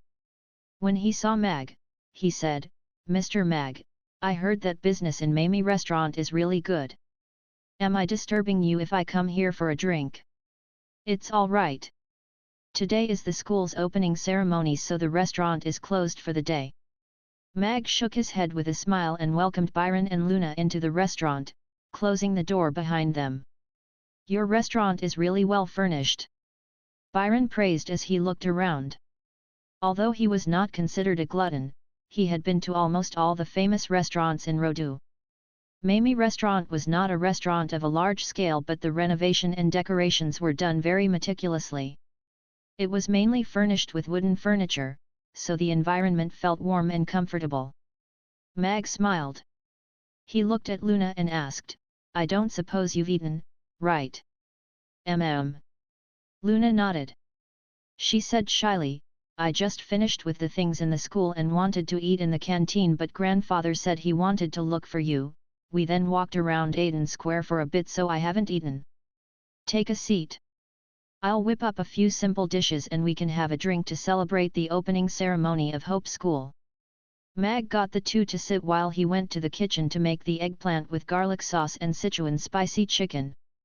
There was still red braised pork cooking in the pot and the husband and wife lung slice, and drunkard peanuts were already pre-made. In no time at all, Mag came out with a tray. "What a spread!" Byron looked at the dishes that Mag brought out and could not help but swallow his saliva when he took a whiff of the red braised pork. "It's just a few side dishes. What would you like to drink? Shall we have some grape wine or rum? I still have some 50-year-old Old Sims rum. Do you want to try it?" Mag asked with a smile. 50-year-old rum made personally by Old Sim. Byron's eyes lit up. He looked at Mag in shock. "Do you really have it? Rum is good stuff." Byron was not an alcoholic but he had the habit of drinking some every day.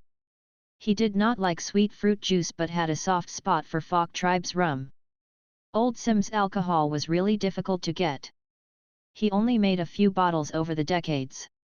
Now, he still had a 10-year-old bottle hidden at home. He could not bear to take it out to drink. He wanted to take it out only when Gina found her chosen one. However, Mag actually said that he had a 50-year-old rum that was made personally by Old Sim. That would be the king of liquor. I'll take it out for you right now. Mag went over to the wine cabinet and took a bottle of rum from the highest shelf. On the coarse ceramic bottle was a yellowed paper seal. The number 50 was carved on the ceramic. Upon seeing this, Byron nodded. Yes. This is Master Old Sim's handwriting. It really is a 50-year-old rum. A 50-year-old rum is different from a rum that was made 50 years ago. Once the liquor is bottled up from the oak barrel, there would not be any changes to the quality of the liquor. If it was not stored properly, its quality might even drop. A 50-year-old rum, however, meant that the liquor was kept in the oak barrel for 50 years. The fragrance of the oak had been perfectly infused into the liquor to ferment and create the best rum. Mag brought this wine from Hannah's cellar, so it definitely came from Old Sim. There weren't many of them in existence, so one bottle gone would be a bottle less in the world. Byron looked at the liquor on the table agitatedly. He could no longer sit still. He stood up and went to Mag to observe it in detail for a while. After that, he asked, "Mr. Mag, where did you get this from?" As a rum lover, he had probably tried various channels to buy Old Sim's handmade brew. It was difficult to find a 3 or 5-year-old brew, much less a 50-year-old rum. "I know Old Sim's granddaughter and she gave this to me," Mag said with a smile. After that, he reached his hand out to tear the seal off the bottle. Hey, don't do it. Don't do it." Byron quickly stopped Mag. He shook his head and said, "Let's drink something else. This rum is too good. It's a waste for me to drink it." Though Mag did not say it, Byron knew very well that a bottle of rum like that could easily fetch tens of thousands of copper coins at an auction. Luna sat quietly at the side. She did not know much about alcohol, but she could tell that the rum Mag brought out must be something really good. Even her grandfather could not bear to drink it. A good rum has to be drunk by someone who knows it. "Sir, it's a rare chance for you to come to Chaos City. How is it possible for me not to welcome you with good rum?" Mag tore the seal off and twisted the cork out. A rich fragrance wafted out immediately. "Mr. Mag, you. Sigh, you have made me feel ashamed." Byron looked at that open bottle with amazement and a hint of helplessness, but his gaze on Mag became filled with affection for his junior. "I will be damned if you feel ashamed." Mag took 3 glasses and filled up 2 of them. He only poured half a glass for Luna. He picked up his glass and said, "Let me toast you first." Then, he finished his glass of rum. "Sit down, first. Let's not talk about being damned. I don't even know how to thank you when you treat me with such great liquor." Byron looked at Mag with an increasingly satisfied gaze. "It's all in the liquor." Mag clinked his glass with Byron's. "That's right." Byron also raised his glass. The amber-colored rum swirled gently in the crystal glass. There was no sediment in the clear and transparent liquid. It looked mesmerizing, just like a gem. Byron placed the glass next to his mouth and took a small sip. The delicate and sweet texture made one get lost within it unknowingly. The rich aroma had a hint of oak fragrance. Only an aged liquor that was stored in an oak barrel would give out such a beautiful taste. And, that rich texture and the lingering aftertaste after he swallowed the liquor made him close his eyes. This was a 50-year-old aged rum. He seemed to have seen the tree rings of history during the long aftertaste. In the dark cellar, the rum was lying in the barrels made with 100-year-old oaks, waiting for fermentation silently. An old brewer was sitting on the barrel and drinking the rum, as though he was waiting for the rum to be ready. Byron opened his eyes and there were tears sparkling in them. He nodded and said, "It's indeed a 50-year-old rum. It's excellent." This was indeed brewed by Master Old Sim himself. There was nobody else in this world who could make a rum like this. He never expected to get to drink the liquor in his dreams when he only came here to have a simple meal. Then, you shall enjoy a few more glasses of it today, Mag said with a smile. He picked up his chopsticks. Come, have more of the side dishes. We'll enjoy the rum slowly. Sure. Byron popped a peanut into his mouth with his chopsticks. The crispy peanut was a little spicy and it got increasingly fragrant as he chewed. It was perfect with the rum. With the excellent rum and dishes, Mag and Byron began to chat happily. Mag had a great impression of this old gentleman. He had a brief interaction with him at Rodog previously. This old gentleman, who had a high status, but cared deeply about basic education and academic studies, was a special existence. Maybe only a person like him could bring up a woman like Luna. One had to know that there were many well-bred young ladies in Rodog, but none could decide for themselves who they were going to marry. Byron looked at Mag and nodded continuously with a smile in his eyes. Byron was already a little tipsy. He raised his glass and said to Mag, I've heard from Luna that you have contributed a lot to the building of Hope School. Let me toast this to you. Mag clinked his glass with Byron and smilingly said, It's all teacher Luna's credit that Hope School is now successfully built. I only provided a little help. You don't have to be humble. Byron shook his head. Luna had told me about these children's problems 2 years ago. I had no way to help them, so I let her help them as much as she could. But the foundation was successfully established as soon as you came. You have the funds and the connections. That's why Hope School can be built in such a short time. I have been working in the court for decades.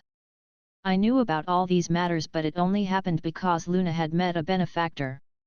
Luna, who was eating the red braised pork at the side, stopped her hand in midair and turned her gaze toward Mag. I'll feel embarrassed if you insist on saying that. Mag put down his glass and smilingly said, The building of Hope School is a project that will benefit Chaos City for generations. City Lord Michael supported it greatly, hence all the permits were approved quickly. I won't dare to claim all of it as my credit. Byron laughed and patted Mag on his shoulders. You're a good chapter. Then, they began to talk about promoting the decimal system and the multiplication table. Under Byron's promotion and their excellence, they were spreading widely in the Roth Empire. After having a few rounds of drinks and finishing the side dishes, Byron was drunk too. Rum was a spirit with a strong after effect. The after effect of this 50-year-old aged liquor was even greater. I think you are good, chap. Byron grabbed Mag's hand and nodded with gratification. Giving Luna to you, I feel relieved. After saying that, he slumped over the table slowly. What do you mean by giving her to me? Mag raised his eyebrows.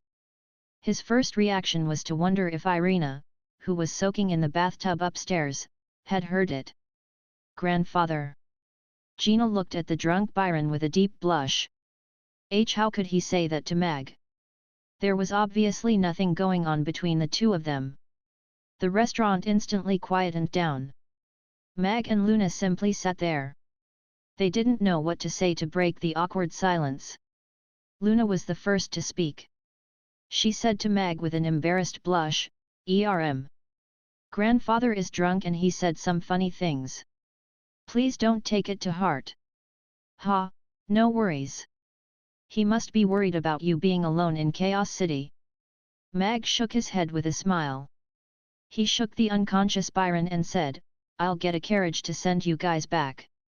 Yes, please. Luna nodded. She only wanted to escape from here now. Mag went out and hailed a carriage. He helped Byron up the carriage and instructed the coachman to help Byron into the house after they reached their destination. He paid the coachman extra fare for that. Goodbye, Luna. These 2 bottles are my gift to your grandfather. Please take them for him. Mag passed a package into the carriage cabin. Sure, thank you. Luna nodded. The horse-drawn carriage moved and Luna lowered the curtains. She heaved a breath of relief and loosened her tightly clenched left fist. She discovered that it was covered with sweat and she couldn't help but laugh. She touched her flushed face and couldn't help thinking about her grandfather's earlier words. She didn't know if he was saying drunk words or if he was being serious. If he was really going to give her to Mag, should she reject or agree to it? Then, she recalled those words that Vivian always said to her and her face became even hotter. Mr. Mag was naturally good. There was no other man in this world who was as gentle, talented, cooked so deliciously and had great handwriting as him. Really? Oh, Byron was drunk earlier, so he might have said something weird. I wasn't listening to him intently. Mag had an I have no idea at all expression on his face. Irina glared at him, but she didn't pursue the topic. She pulled out a chair and sat down. You mentioned the traces of the god of the sea, so what was the situation? The existence of gods had always been a vague concept to Irina too. The elves believed in the god of life and she had even obtained the recognition of the tree of life.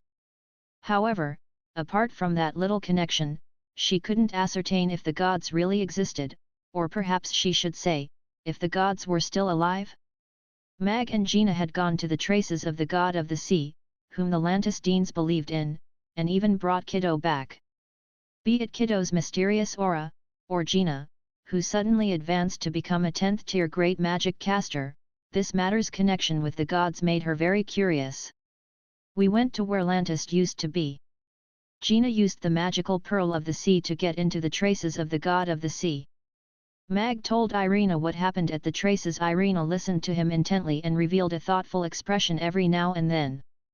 After Mag finished telling his account, Irina asked, in this case, are there many little spaces that we have no idea about, existing in the world, and are the gods hiding in those spaces? Are they perhaps dead, or have they entered into reincarnation again while still maintaining a connection with this world? There is such a possibility. Mag nodded. Judging from Kiddo's reaction towards Annie, the gods might have battled to the death with the great old ones back then. This hostile relationship is even imprinted onto both parties' souls. They remembered it even after reincarnation. Then, will Kiddo be a god when she grows up?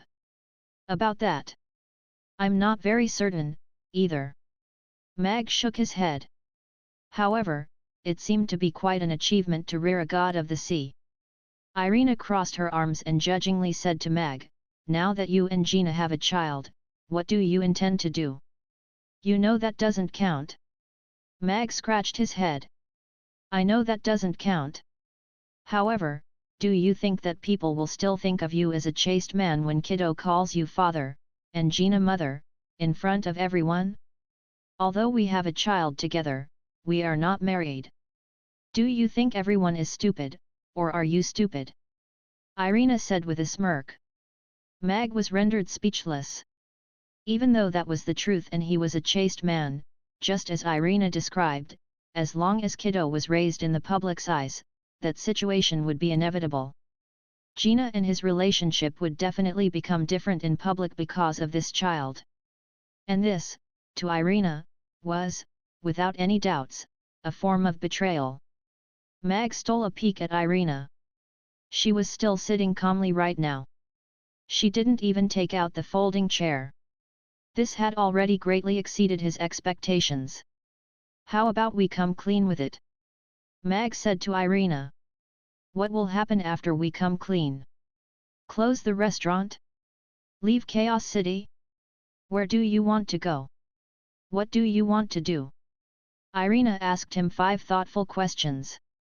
Mag looked at Irina and suddenly found her to be very adorable. He took a step forward to get closer to her and asked, if we can't come clean, then give me a chance to pursue you. Even with another identity, I still hope that you will be Mamie Restaurant's lady boss.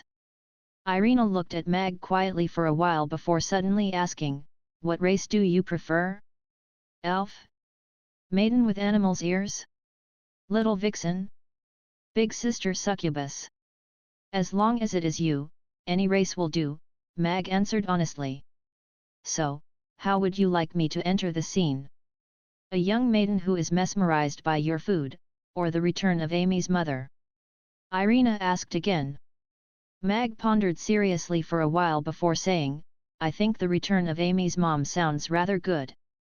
Compared to the lousy plot of an innocent maiden being tricked by a chef, Mag preferred the plot of the return of Amy's mysterious mother, who would become the restaurant's lady boss. It was perfectly justifiable. Mag had even come up with the lines. It's you. It's you. Why did you leave me and your daughter so cruelly back then? Actually, I had my reasons, but now, I am back. See, how impactful those lines were. Won't I become a materialistic woman then? Irina frowned. As long as you are strong enough, that problem won't exist. There is only one Irina in this world. To a restaurant's boss, a senior elf is already a very powerful existence. It doesn't have to be Irina. Mag shrugged. I got it. Irina nodded. Then, she suddenly said, however, if I can't even control the little maidens in your restaurant, would this lady boss be a lady boss? This, as long as you are happy. It wasn't nice for Mag to comment. All right. This is settled then. I will put on a great comeback show tomorrow. Irina curved her lips slightly. Gina tucked the blanket in for Kiddo. She lay down and turned her body to look at her with a gentle smile on her lips. She didn't know why, but looking at her made her feel calm and settled. Her wandering heart seemed to have finally found a place to settle in ever since Lantist fell into the underground city. In this world, apart from Boss, she had another person to look forward to being around now. Kiddo was so adorable and so tiny. She needed her care and guidance to grow. Gina didn't feel very confident about herself, but she very much believed in Kiddo. Kiddo was simply too clever. She could learn anything immediately. However, Gina was a little worried too. Would Kiddo leave when she was older? After all, she was the god of the sea. Meow meow. Kiddo turned over. She grabbed Gina's arm, pressed her little face against her arm and smiled innocently. Gina felt her heart melting. Oh, forget it. It didn't matter if she was the reincarnation of the god of the sea or not, she was her daughter now. Good night, Kiddo. Gina kissed Kiddo's forehead gently, closed her eyes and slept. Even after a tough night, Mag still woke up early the next morning to make breakfast for everyone. He was rather looking forward to Irina's appearance today. He wondered how she would appear and declare her sovereignty as the Mamie restaurant's lady boss. She was very beautiful and had very defined features and figure. Even her flowy dress could not hide her voluptuous figure. If it wasn't because she looked a little funny holding on to her heart like she was having a heart attack, Mag thought that everything was fine. I feel that you can be a bit more natural. Don't put your hands over your heart. Use your expression to show what you're feeling right now. A little shock and surprise, and that feeling of guilt. It would be better if you could have some tears welling up in your eyes. Mag suggested with a smile. As a strong, independent woman, tearing up is not befitting of my character. Irina rejected. Mag shook his head. A strong, independent woman would not let her tears fall easily because she's not upset yet. Isn't it a waste to not have some tears at such a tear-jerking reunion? Must I really cry? You don't exactly have to cry.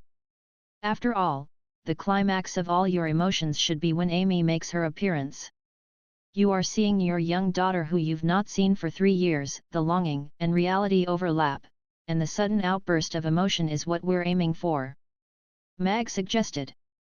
Irina put her hand down and told Mag, isn't it how it was when I saw Amy for the first time? Yet. What you're performing is what you felt back when you saw Amy for the first time. Just follow that feeling. Mag nodded with a smile. It's a bit challenging for me to display my emotions in front of so many people. Irina shook her head. Relax a little. We all know each other. Actually, all you need to do is behave naturally. Don't force it too much and make people think that Amy has a strange mother. Back then, you left home due to some instability in your mental health. That's all. Mag comforted her scram. Irina stomped off and practiced on her own. Mag smiled and continued making porridge. Irina's shape-shifting skill was actually quite good. It was not a cheating method like the face-altering mask. She used magic to change her appearance and maintained it. This was akin to changing heads, and it would be difficult for one to tell that she had changed her looks.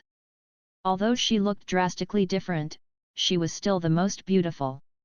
Mag naturally had no opinion towards that. He could not possibly expect her to make herself look ugly. That would be too much to ask for the lady boss. Amy baby, from today onwards, Mommy is coming back officially, Irina told Amy during breakfast. Aren't you always around? You even slept with Father last night. Amy bit into her soup dumpling and looked at Irina confusedly. Irina froze a little and quickly replied with a smile, what I mean is, from today onwards, I am coming back officially as your mother. From today onwards, you can tell everyone that I am your mother. The dumpling in Amy's mouth fell into her bowl. She looked at Irina in surprise and said, really? I can tell everyone that you are Amy's mother. Irina looked at Amy's happy face and felt a little bad all of a sudden. She smiled and stroked her head as she said with a nod, yes. In that case, can you attend the next parent-teacher meeting with Father? Amy asked. We'll go together. Irina nodded. That's great. I am so blessed. Amy slid down her chair and pounced into Irina's embrace. Irina hugged her and said with a smile, but, in order to prevent some trouble, I will come back with another appearance, just like back in Rodu. This is a secret and Amy has to keep this secret from everyone. Amy nodded thoughtfully. I understand. I can't let everyone know that Mother is the elf princess, so baddies won't come looking for us. Brilliant. My daughter indeed. Irina stroked her head with a smile. Annie has to keep this secret for me too, Irina told Annie. Annie nodded obediently. She signed with a smile, we can all have breakfast together in the future. To avoid suspicion, Irina would always have breakfast beforehand and leave so that she would not meet the others, and that would save the trouble of explaining why she slept over. When she has the status of the lady boss, she would not have to wake up earlier just to eat breakfast and leave. She could sleep for however long she wanted to and go downstairs to demand that Mag makes her breakfast. I have to make it clear that other than counting money, I will not be involved in anything related to the restaurant, including cashiering, Irina told Mag. She was back to become the lady boss and did not want to be as busy as she was back in Rodu. That was not the kind of lady boss she wanted to become. She had many things to handle, including matters relating to the night elves. All right, all right, all right. We can't trouble our lady boss. Mag nodded with a smile. I'm full. I'll make a move first. I'll be back once I'm done with my things. Irina put her chopsticks down and left. After Irina left, Amy looked at Mag with a troubled look and said, Father, if Mother comes back, what would happen to Kiddo and Big Sister Gina? Do you intend to make Big Sister Gina your second wife? Mag looked at Amy, who was full of worries, and found it funny. How did this little one know about second wives? However, with her mother's combat capabilities, even if he had that intention, he would not have the courage. It was just as Amy said, with Irina back, and Kiddo around, solving this problem would be a headache. It's not just Big Sister Gina. Those big sisters who are in love with Father would all be broken-hearted, Amy said, feeling troubled with her chin propped up on her hand. All right, finish your dumpling and go next door for class. Mag interrupted the little one's worries with a smile. No, I don't want to go over to Teacher Urian's place so early. I want to wait for Kiddo to come and then I'll play with her for a while before going. The wishing well hasn't given me my things. Amy shook her head. Mag thought for a while. It seemed that Kiddo's arrival had triggered Amy's system to give her a new mission. He just did not know what the mission was, but Amy seemed to be finishing it already. All right. We'll leave a little later. Mag nodded. After that, he reminded her. Remember what your mother said just now. Don't let the cat out of the bag. I remember. Amy nodded obediently. Kiddo, take off. Amy picked her up immediately. She was also a tiny one, but she picked up Kiddo easily. Looking at the two little ones laughing together, both Mag and Gina, who were standing at the door, smiled too. Boss is really fortunate.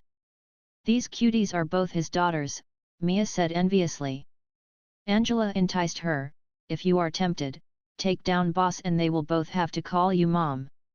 Mia's eyes glowed, but after she glanced at Mag, she blushed and shook her head silently. I think big sister Gina has a good chance. After all, even I like a woman like her who is gentle and has a great figure. They even have a child now, so Boss will be conquered by her sooner or later, Babla said softly, with gossip written all over her face. I wonder if Boss will consider marrying 2 wives. I heard many men in Chaos City have a few wives, Ferris said softly. Everyone turned to look at her. Ferris blushed instantly and shook her head. I don't mean that. I have just arrived today. Who gave birth to such a cutie? Right then, a flirty voice spoke up behind them. All the ladies turned around and saw Camilla, who was wearing a long black dress and a white fox fur stole, looking at Kiddo, who was trying to ride Ugly Duckling, perplexedly. Big sister Camilla, you're finally back. Angela winked at her and smilingly said, this is Kiddo, big sister Gina and boss child. What? Camilla glared. She flicked a glance at Gina and then turned her gaze to Mag before squeezing one word out angrily. Animal. This fellow only whipped her when he tied her up previously. But he had a child with Gina. Perhaps, she, Camilla, couldn't match up to Gina? At first, Mag was still quite happy that his ingredients chopper was back, but after hearing that, he felt very maligned. He didn't do anything to Gina, so why was he an animal? However, since the children were present, he couldn't say anything. He could only invite them in. Come on in. I have made breakfast for you all. Everyone went in. Camilla stared at Kiddo for a while. The little one was as cute as Amy. They both had bright blue eyes and she indeed looked like Amy's sister. Kiddo is so cute. Congratulations, Camilla said to Gina smilingly, but she exclaimed after sweeping her gaze across Gina's body, why you have advanced to the 10th tier. Camilla shockingly discovered that Gina had become a 10th tier powerhouse. Everyone looked at Gina with shock after hearing that. Only Elizabeth looked calm, as though she had already known. Yes. I have just advanced. Gina nodded slightly. Her reaction was rather normal. After all, compared to having Kiddo, advancing to the 10th tier could only be considered as a little surprise. However, Camilla was very envious. Gina was younger than her, but she was already a 10th tier great magic caster now. She was almost the same age as when Irina advanced to the 10th tier back then. She just had a kid yesterday and then she advanced to the 10th tier. Could it be that having a child with boss could advance one to the 10th tier? Camilla revealed a pondering expression and began to look at Mag with an increasingly heated gaze. Mag could sense her heated gaze and flicked a glance at her with befuddlement. He became wary. This woman didn't look like a good person. A boy had to protect himself properly when he was out and about. Everyone was having their breakfast as Mag said to Camilla, we went to the Demon Islands 2 days ago and we wanted to visit you at Vampire Island, but you weren't at home. So, it's because you came to Chaos City. Camilla held the yushao with one hand and the soybean milk spoon with the other as she casually asked, didn't they welcome you guys to the island like VIPs when you told them my name? We were almost beaten up when we mentioned your name, Mag said truthfully. Camilla spat out her soybean milk and agitatedly said, did that happen? How dare those fellows do that? Amy smilingly said, it's fine, big sister Camilla. I sent all of them flying. Camilla looked at Amy, feeling relieved, yet embarrassed at the same time. However, you don't seem to be a very respected chief. In the end, it was Babla and Elizabeth's names that made them stop. Mag shook his head and said. Camilla lowered her head and chewed her yushao. She was so embarrassed that she didn't want to talk. She knew it, otherwise she wouldn't have left the island after becoming the chief.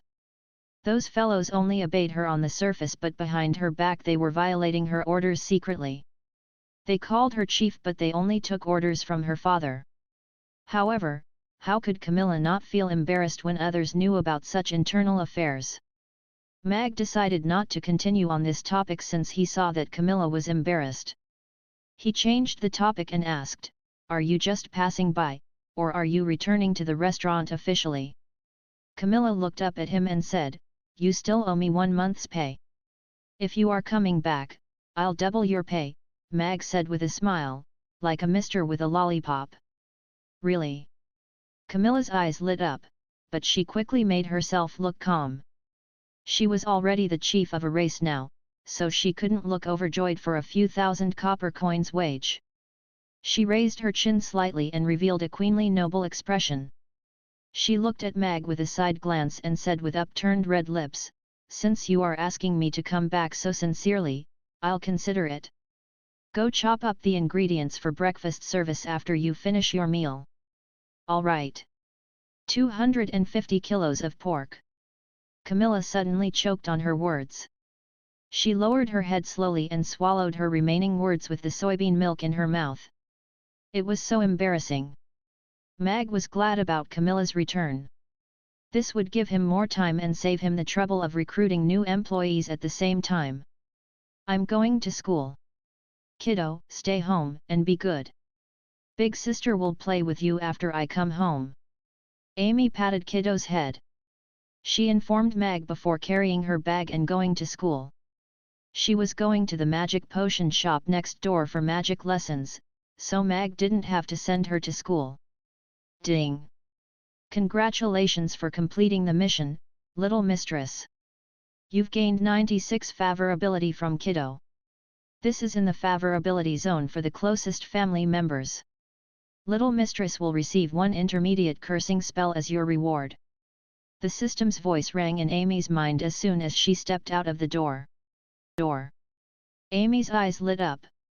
It sounds rather interesting. Give it to me then. The reward is released.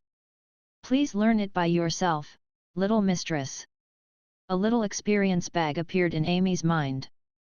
Amy clicked open the experience bag with her consciousness and the information flooded into her brain. Intermediate cursing spell receiving random bad luck spell. The target of this spell will have random intermediate bad luck, which won't harm his or her life. It looks rather interesting. Amy was thoughtful. This spell was too simple. She learned it immediately after knowing how to chant the incantation. She didn't even need to practice. After greeting the customers lining up at the door, Amy skipped towards the magic potion shop. In the corner of her eye, she saw a thin man in a black cloak picking the pocket of the man standing in front of him. Humph, irritating thief! Amy took out her folding chair, but she suddenly remembered the magic spell that she had just learned. She curved her lips and began to chant silently before pointing at that thief. The thief in the black cloak already had his hand in the man's coat pocket. He looked excited after touching the heavy money bag. This was enough for him to spend for half a month. There were indeed many rich people eating at Mamie restaurant. However, just as he was about to slowly take out the money bag and put it into his own pocket, he suddenly slipped and fell face flat onto the ground. Slash! That man's luxurious coat was torn apart by him, but as a professional thief, he was still holding onto the money bag tightly. However, this commotion had attracted the customer's attention. Especially that man whose clothes were torn. He immediately knew what happened when he saw the money bag in that thin man's hands. He loudly shouted, "Thief! Catch this thief! He stole my money bag!" The thief went white and stumbled up, trying to escape with the money bag. He already got that money bag. He would have a windfall today as long as he could escape. However, he only managed to run about 10 meters when he stepped on some seeds and slipped, doing a split in front of everyone. Rib! It was the sound of pants tearing. There was also a dull thud of something hitting the ground. All the men present sucked in a cold breath. Ah! The thief made a mesmerizing moan. He covered his crotch and couldn't get up for a long time. This thief is so unlucky. We don't even have to help. SAHDR looked at the thief with amusement and gestured to Mon that he didn't have to dash out to help. The customers in the lines began to laugh too. It was amusing to see such a stupid thief early in the morning. Listening to the laughter and seeing those despising gazes, the thief covered his face and trembled. He was completely disgraced. How was he going to be a thief in the future? Didn't he just simply try to steal some money? Did he need to be humiliated like this? The commotion already attracted the Grey Temple's patrol team. 2 inspectors came over quickly and subdued the thief who was still on the ground. They returned the money bag to that Mr. Yo, isn't this the recidivist, Black Toad? Why are you performing for all of us so early in the morning? It's really rare, the inspector said laughingly. Stop saying that. Stop saying that. The thief covered his face and wept. His professional career was considered over. The man got his money bag back.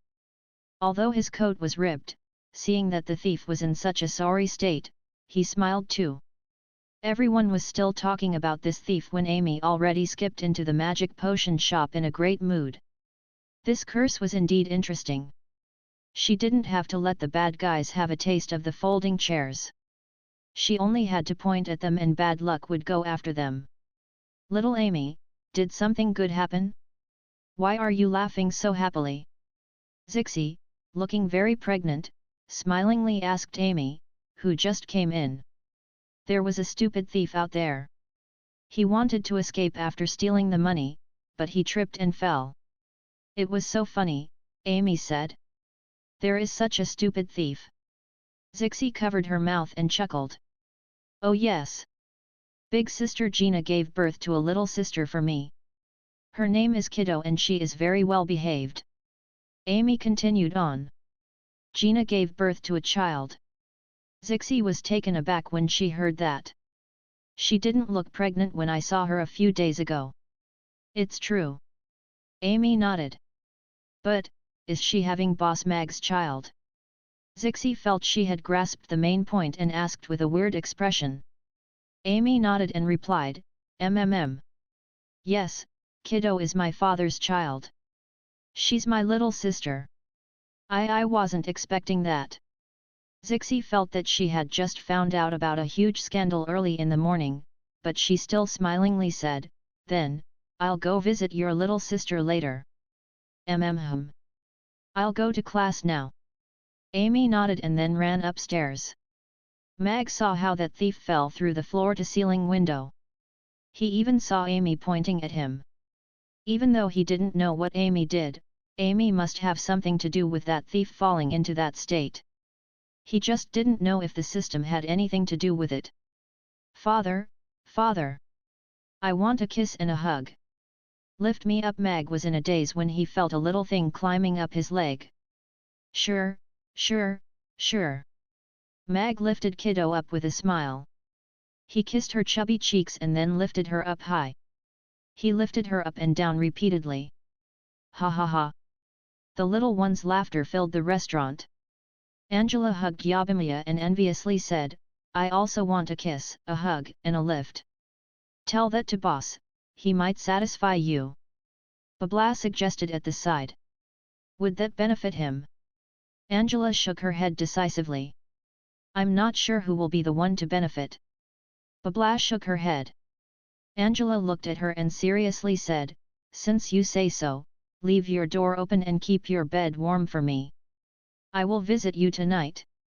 I will add 3 more locks and set 10 deadly spell formations, Babla also answered seriously. Yes, it's coconut juice. It was made in the most traditional way by the locals. The coconut flesh was first ground and then combined with coconut milk, Ashley introduced. Irina took a sip of the coconut juice and her eyes lit up. It was a very refreshing taste with a light hint of coconut fragrance. It did not have a rich sweetness and the texture was very fine. It was very moisturizing and after swallowing the drink, there was a faint fragrance lingering in her mouth. The coarse texture of slimming teas which made them hard to swallow was completely removed. This was more like a drink than a slimming tea. Not bad. It's pretty good, be it fragrance or texture.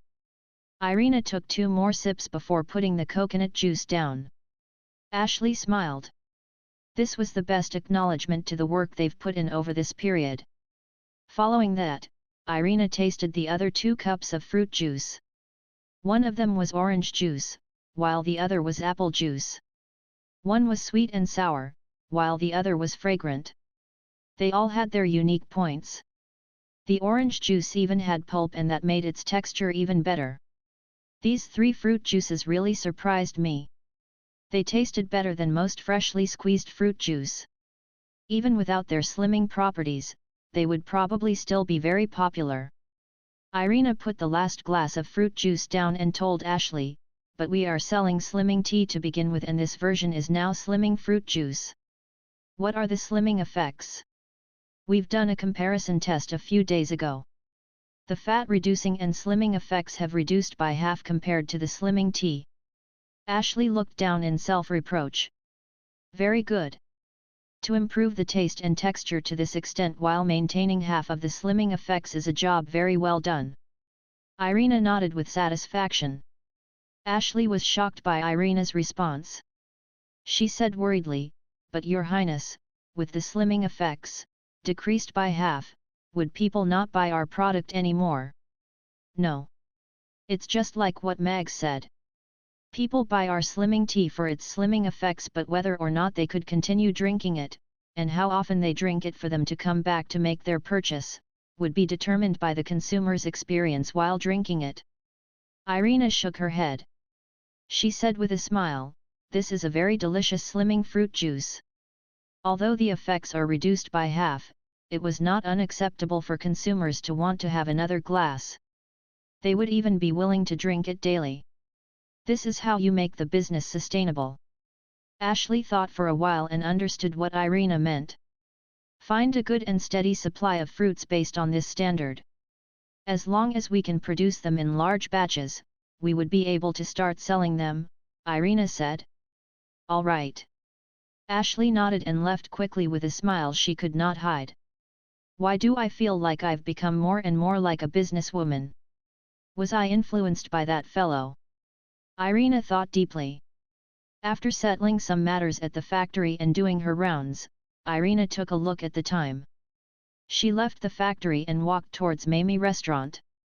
Mamie Restaurant. Everyone was preparing to have lunch.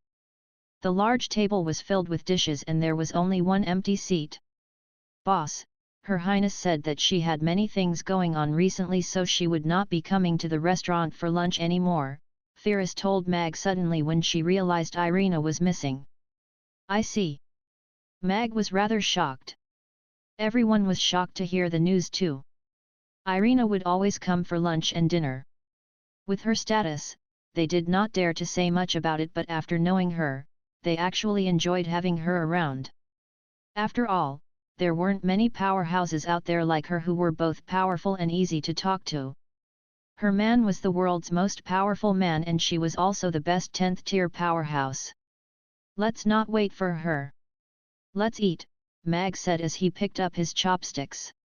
Just then, the bell rang. It's not time for business yet. Could it be a customer who doesn't know the rules? Yabimiya said as she turned around. I'll take a look. Gina walked over to the door. The restaurant door was opened, and standing outside, was a very beautiful elf. She was wearing a blue dress and was very tall and slender. She had a white cape on and was full of grace. Gina could not help but be stunned by her looks. The others in the restaurant turned around and saw the elf at the door and were all surprised. They were really stunned by her beauty. What a beautiful big sister! But we haven't seemed to have met her before, right? Anna said to Shirley softly. We haven't met her before. I don't think she's an elf from the Wind Forest. Shirley nodded. She had not seen her among the night elves before either. Outside the restaurant, the customers queuing up were all looking at that beautiful elf curiously as well. They did not know why she would open the restaurant's door now. Hi, the restaurant has not begun operations. Please queue up and wait for a while, Gina said with a smile. May I ask if there's a man by the name of Mag here? That elf spoke and looked into the restaurant. Clatter. Mag's chopsticks fell onto the table. His eyes widened and his mouth fell open as he stood up slowly. His lips trembled as he said, It's you. Irina bit her lower lip gently and took a step forward. She looked at Mag and nodded as she said, Yes, I'm back. The restaurant fell silent. Everyone was stunned and confused. What's going on? Could it be? Everyone looked at Mag, then at Irina. After that, they looked at Amy. It is Elf Beauty Reunion. Could this be the mysterious lady boss of Mamie Restaurant? All of a sudden, everyone had a mixture of emotions. Some were just watching the drama while some felt their hearts breaking. However, at the next moment, Irina looked at the table filled with ladies and a few children. She paused in her tracks. She was stunned, upset, and full of grudges. I can't believe that in just 3 years, you already have so many wives and children. Irina staggered a few steps backward. She placed her hands over her heart and said with a trembling voice, So. I am the clown. How did it change to him being a treacherous scumbag with many wives? However, that statement by Irina had proven her identity. Their 3-year agreement aligned with Amy's age and she also had a pair of azure blue eyes, which were as pure and clear as Amy's. Is this Mamie Restaurant's lady boss? She's beautiful. Oh no, my dreams are dashed.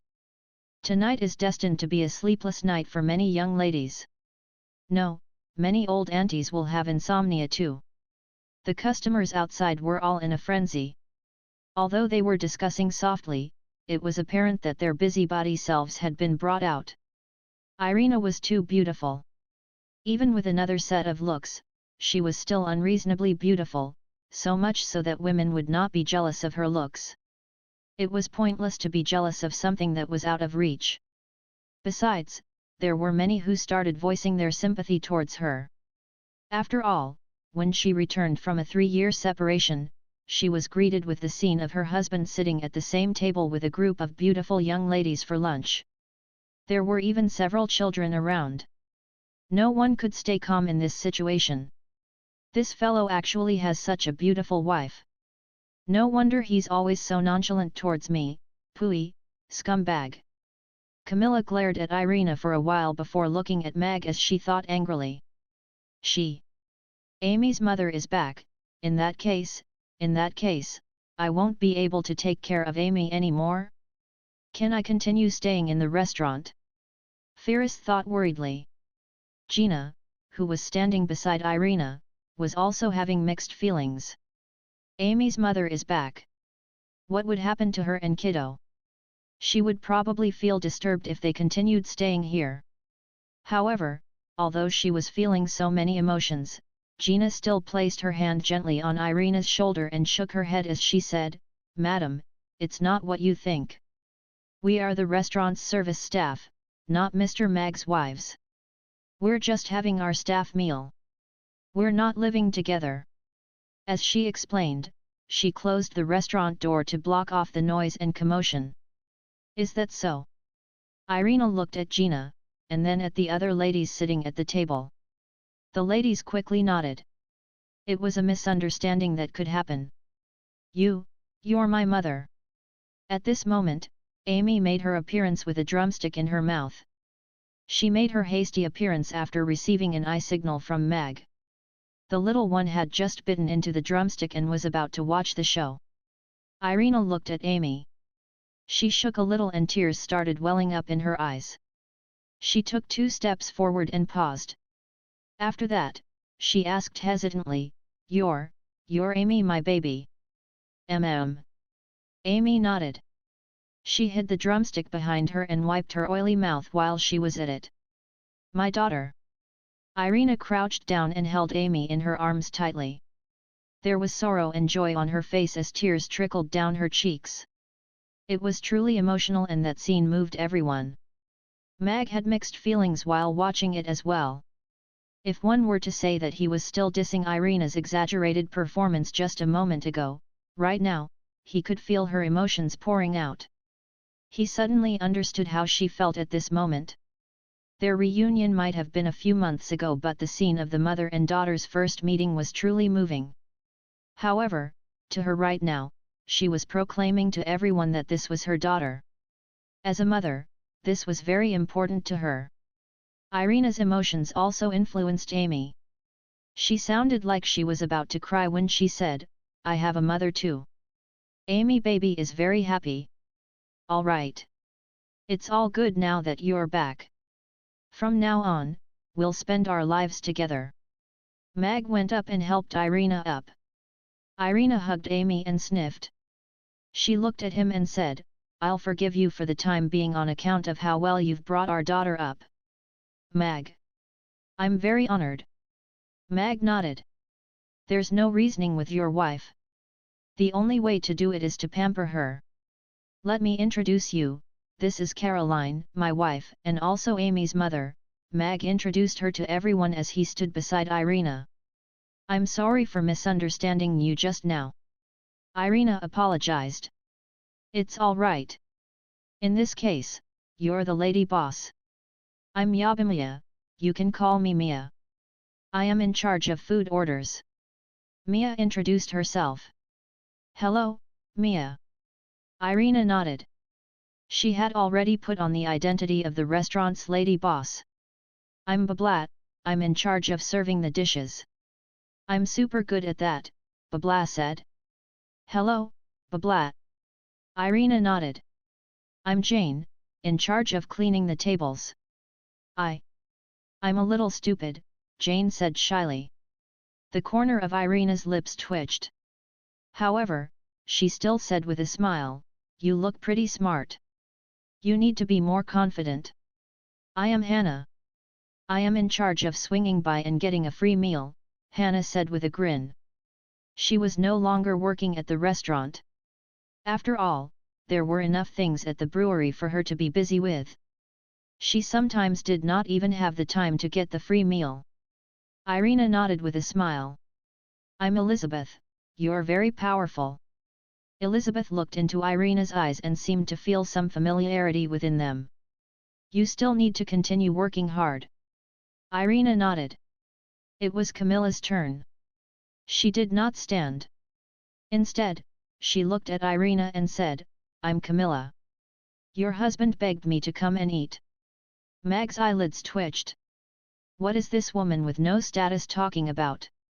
Irina looked at Camilla with a smile and said, How did he beg you? Can you tell me in detail? Camilla was stumped. She glanced at Mag and did not know how to continue spinning her story. After all, Mag still had her video in his hands. If she enraged him, causing him to lose his cool, it could be worse. He begged me with twice the salary. Camilla finished. She felt utterly embarrassed. Not bad. I think you're worth it, Irina said with affirmation. I'm Angela. I am in charge of using my beauty to welcome customers. Angela stood up and looked at Irina with a smile. Lady boss, you're really beautiful. You're the most beautiful elf I've ever seen. Really? I heard that the most beautiful elf in the world is Irina. I am just plain and ordinary. How can I be compared to her? Irina said with a smile. Mag's eyebrows were already tightly knit. How could she bring herself to say something like that? After calming down his emotions, Mag said to Irina, You shouldn't have eaten yet, right? Do you want to eat with us? Sure. Irina looked at the table full of dishes and said with gratification, "Your culinary skills seem to have improved again after not seeing you for 3 years. I pull my sword out faster when I don't have my woman around," Mag calmly replied, "so, my culinary skills naturally improve." "That's good, but it's tough for your hand," Irina said with heartache for him. Everyone. They couldn't understand what they were talking about. The meal was a little confusing. The new lady boss seemed to settle in very quickly. After getting to know Amy briefly, the mother and daughter duo started to eat again. They didn't look like they had just reunited after a long separation. "Did something hold you up previously? Why didn't you return to the restaurant for such a long time?" Firas asked gingerly. She had always felt sorry for little Amy. The little one was brought up by her father and had never enjoyed a day of love from her mother. Now that Amy's mother had returned, even though she didn't have the right to ask, she couldn't help asking. "Haven't you always?" Irina replied instinctively. Mag quickly interrupted and said in a grave voice, "Regarding this matter, you indeed owe Amy an explanation." Irina choked on her words as she glanced at Firas. She was almost led astray by Beansprout. She said with a self-reproaching expression, "It's hard to explain what happened in the past 3 years ago. I was trapped in a place and finally escaped a few days ago, then I came to Chaos City immediately." Irina looked at Amy and seriously said, "Little Amy, Mother is sorry for all this. It's fine. I have already forgiven you." Amy waved her greasy hands nonchalantly and continued to munch on her chicken wings. The maidens liked Caroline even more now. Although they didn't know what she had gone through, her love for Amy was real. Her eyes were full of indulgence for Amy. Kiddo ran over to Caroline, looked up at her and asked, "You are Big Sister Amy's mother?" "I am Big Sister Amy's father's daughter." "So, how should I address you?" "Kiddo." Gina bit her lower lips. She didn't know how to get the child not to ask this question, so she could only look at Caroline nervously. This was Boss White lie to Kiddo, but to Caroline, it should be hurtful. "Kiddo, you're so well behaved, so naturally you have to call me Senior Mom," Irina said matter-of-factly. However, after thinking about it, Irina shook her head and said, "Oh no. Senior Mom sounds horrible. You will call me Auntie Caroline then." As she said this, Irina turned to look at Gina and smilingly said, "What do you think about that, younger sister Gina?" "Yes. If you think that's appropriate, Kiddo will call you that." Gina nodded and smiled. Caroline's surprisingly magnanimity made Gina feel embarrassed instead. She could explain to Caroline when Kiddo wasn't around later. "Auntie Caroline, you're so beautiful." Kiddo looked at Irina with a glow in her big eyes. "Just like the fairies in the heavens. You have such a sweet mouth, little one." Irina pinched her chubby face with a smile. Kiddo returned to Gina happily and continued eating. Irina ate a piece of red braised pork before suddenly turning to Mag and aggrievedly asking, "You pursued me with your culinary skills back then. Now that your culinary skills have improved, you must have enchanted many innocent young maidens, right?"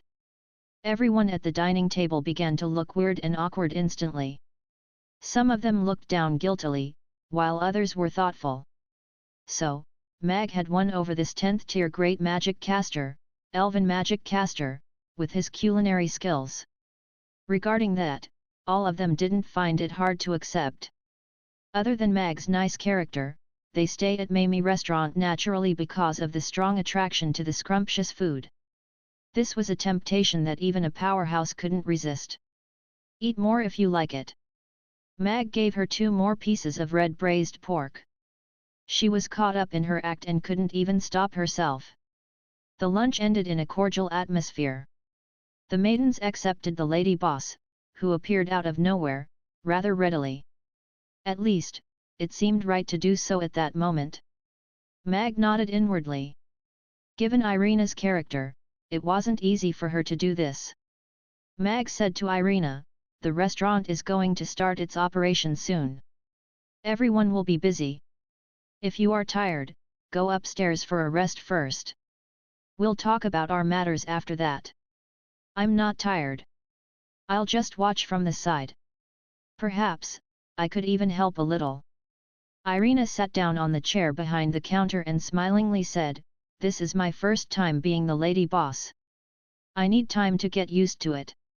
"That's good too." Mag glanced at her before going to the restaurant's door. Outside of the restaurant, the customers were still talking about the beautiful elf who just went in. From the limited information, everyone had basically identified her as Amy's birth mother, who was also Boss Mag's wife.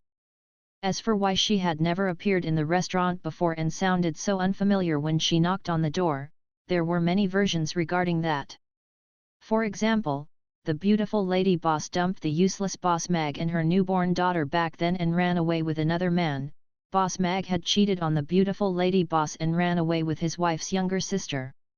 Krasua and Urian, who were standing at the front, were talking to each other telepathically now. "Who do you think she looks like? Do you think that she looks like her too?" Even though her looks and figure are different, there aren't many 10th tier elves in this world. And, Irina is the only one that is so young in the past 100 years. It's hard to not think about her. I have always wondered who is the mother of Amy, who is such a genius magic caster. Looking at the situation now, we have never thought of her before. If it's her, then Boss Mag is. Boss Mag always closes the restaurant at a very timely manner. For example, whenever there was a huge event. The two of them looked at each other with a thoughtful expression. If there were so many coincidences, the answer naturally emerged. "So, that's why little Amy learned close combat magic so easily," Krasua said thoughtfully. The men's gaze was envious and teasing. He had two pretty and adorable daughters and a beautiful wife. Such a life was considered perfect. However, Boss Mag was always surrounded by a bevy of beautiful maidens. The once highly sought-after bachelor was now a married man with kids. He would not be able to have fun anymore in the future. Krasua and Urian were sizing up Mag seriously. They were still having a hard time linking him up with Alex the Devil Slayer. That fellow was so proud. Other than Irina, he couldn't see anyone else in his eyes. However, Mag was standing here with a gentle gaze. He had no air of arrogance at all. He was just a peace-loving boss who loved to earn money. "Mag Alex, Mag Alex." "It seems like it," Krasua said to Urian telepathically with complex emotions. Urian nodded after a brief moment of silence. "In this case, we have been tricked by that chap and Irina. They had deliberately made us take Amy in as our disciple, right?" Krasua said with an angry laugh. "You can always choose not to teach her anymore." "Little Amy only needs me to be her master," Urian calmly replied. "Nonsense! Little Amy is my disciple. No one can change that." Krasua immediately replied with a deadly glare. "They are really carefree parents. They are both top powerhouses in this world and yet they dump Amy to us." Urian couldn't help but diss them too. "I don't want Amy to learn all the nonsense from them. Just the two kinds of magic are enough work for Amy. It's not like you don't know the saying, less is more." Krasua shook his head slightly. The two of them immediately saw Irina smiling at them from behind the counter as soon as they entered the restaurant. Good chap. It seemed like she knew she couldn't hide the secret from them and simply acknowledged it to them. The two of them frowned and pretended not to have seen Irina. They took their usual seats. Irina curved her lips up slightly before leaning back against the seat's back comfortably. She did have the air of a lady boss. The customers streamed in steadily. They all couldn't help but gaze at Irina before secretly marveling. Be it her temperament or her looks, she was an impeccable beauty. It even made people think that it was belittling for such an otherworldly fairy to be this restaurant's lady boss. However, only she could give birth to a beautiful little cutie like little boss. People's gaze couldn't help but land on Amy, who was holding onto Ugly Duckling and putting makeup onto it with another cute little girl. Who is that little cutie? Yes. She's so tiny. She looks even younger than little boss. She's so cute. She's so tender and her eyes are a pretty blue too. They're the same as little boss. It couldn't be, the so-called pretty wife running away pregnant, right? I have the basic plot. Who is going to write it out? The people's gaze was attracted by Kiddo successfully. Firstly, it was because the little girl was indeed very adorable. Amy and her looked like a pair of little sisters when they sat on the bench together. Secondly, the timing of her appearance here was too much of a coincidence. Mamie Restaurant's lady boss was back and then they saw this cute little girl. Wasn't there a connection that everyone would love to see? It was a pity that no one could answer their questions for them. The customers entered and the restaurant started its operation. Everyone began to get busy. Nobody was free to gossip or share information with them. Boss Mag is so fortunate, right? Never mind that his wife is so pretty, he even has another little daughter that is so cute. Harrison was so envious. Go and have one if you are so envious. George, who already had a little girl of his own, seemed more calm. Harrison chuckled and said, hee hee. Isn't it still early now? I'll go to your house to visit my goddaughter later. I haven't seen her for days. Irina sat behind the counter and watched the whole operation. This was the first time she took part in the restaurant's operation from the start to the end, even though she was only watching by the side. She saw the hundreds of customers come and go, saw their anticipation when they were waiting for their food, and witnessed their bliss when they were eating. Some came in pairs and they drank and chatted. Some came alone, but they also enjoyed their food quietly in bliss. She saw Mia and the ladies walking around busily, but they still sent the food to the customers in an orderly manner. She also saw Mag standing at the stove alone as though he was fighting a battle without weapons. He was unhurried and committed. That back had undertaken the customers' anticipation for scrumptious food. She seemed to have seen all different scenarios of life in the few short hours behind the counter. This experience was very special. It was very down to earth, but Irina loved it.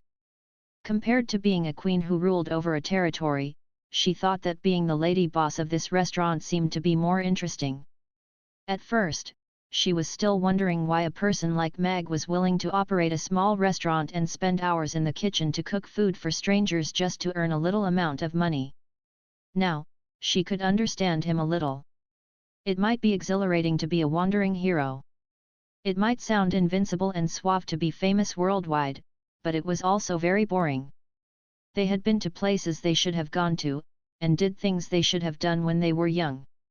However, because they were too famous, they didn't know how to get back down to the ground and had fewer and fewer friends.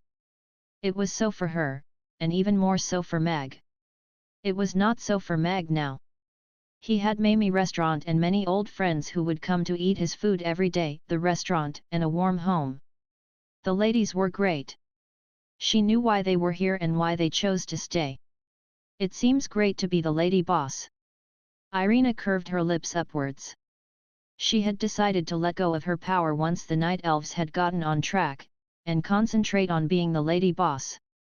Just as they were getting close to the end of the service, a maiden suddenly rushed to the kitchen's door and aggrievedly asked Mag, who was grilling the kebabs, "Boss Mag, your wife is back, so you don't intend to marry me anymore?"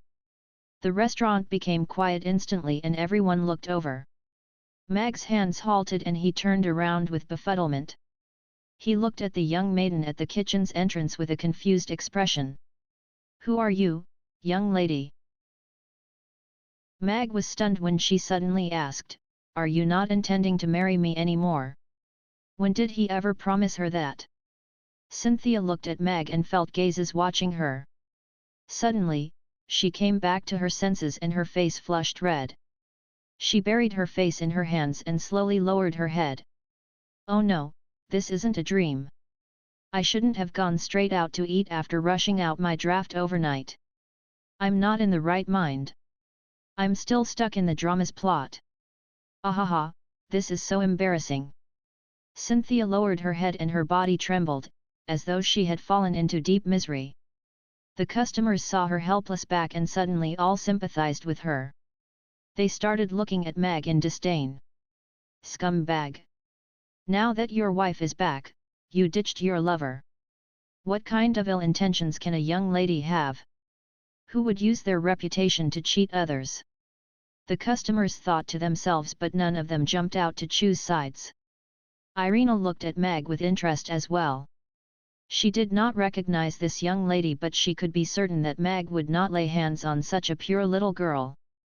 But right now, he was in a rather interesting situation.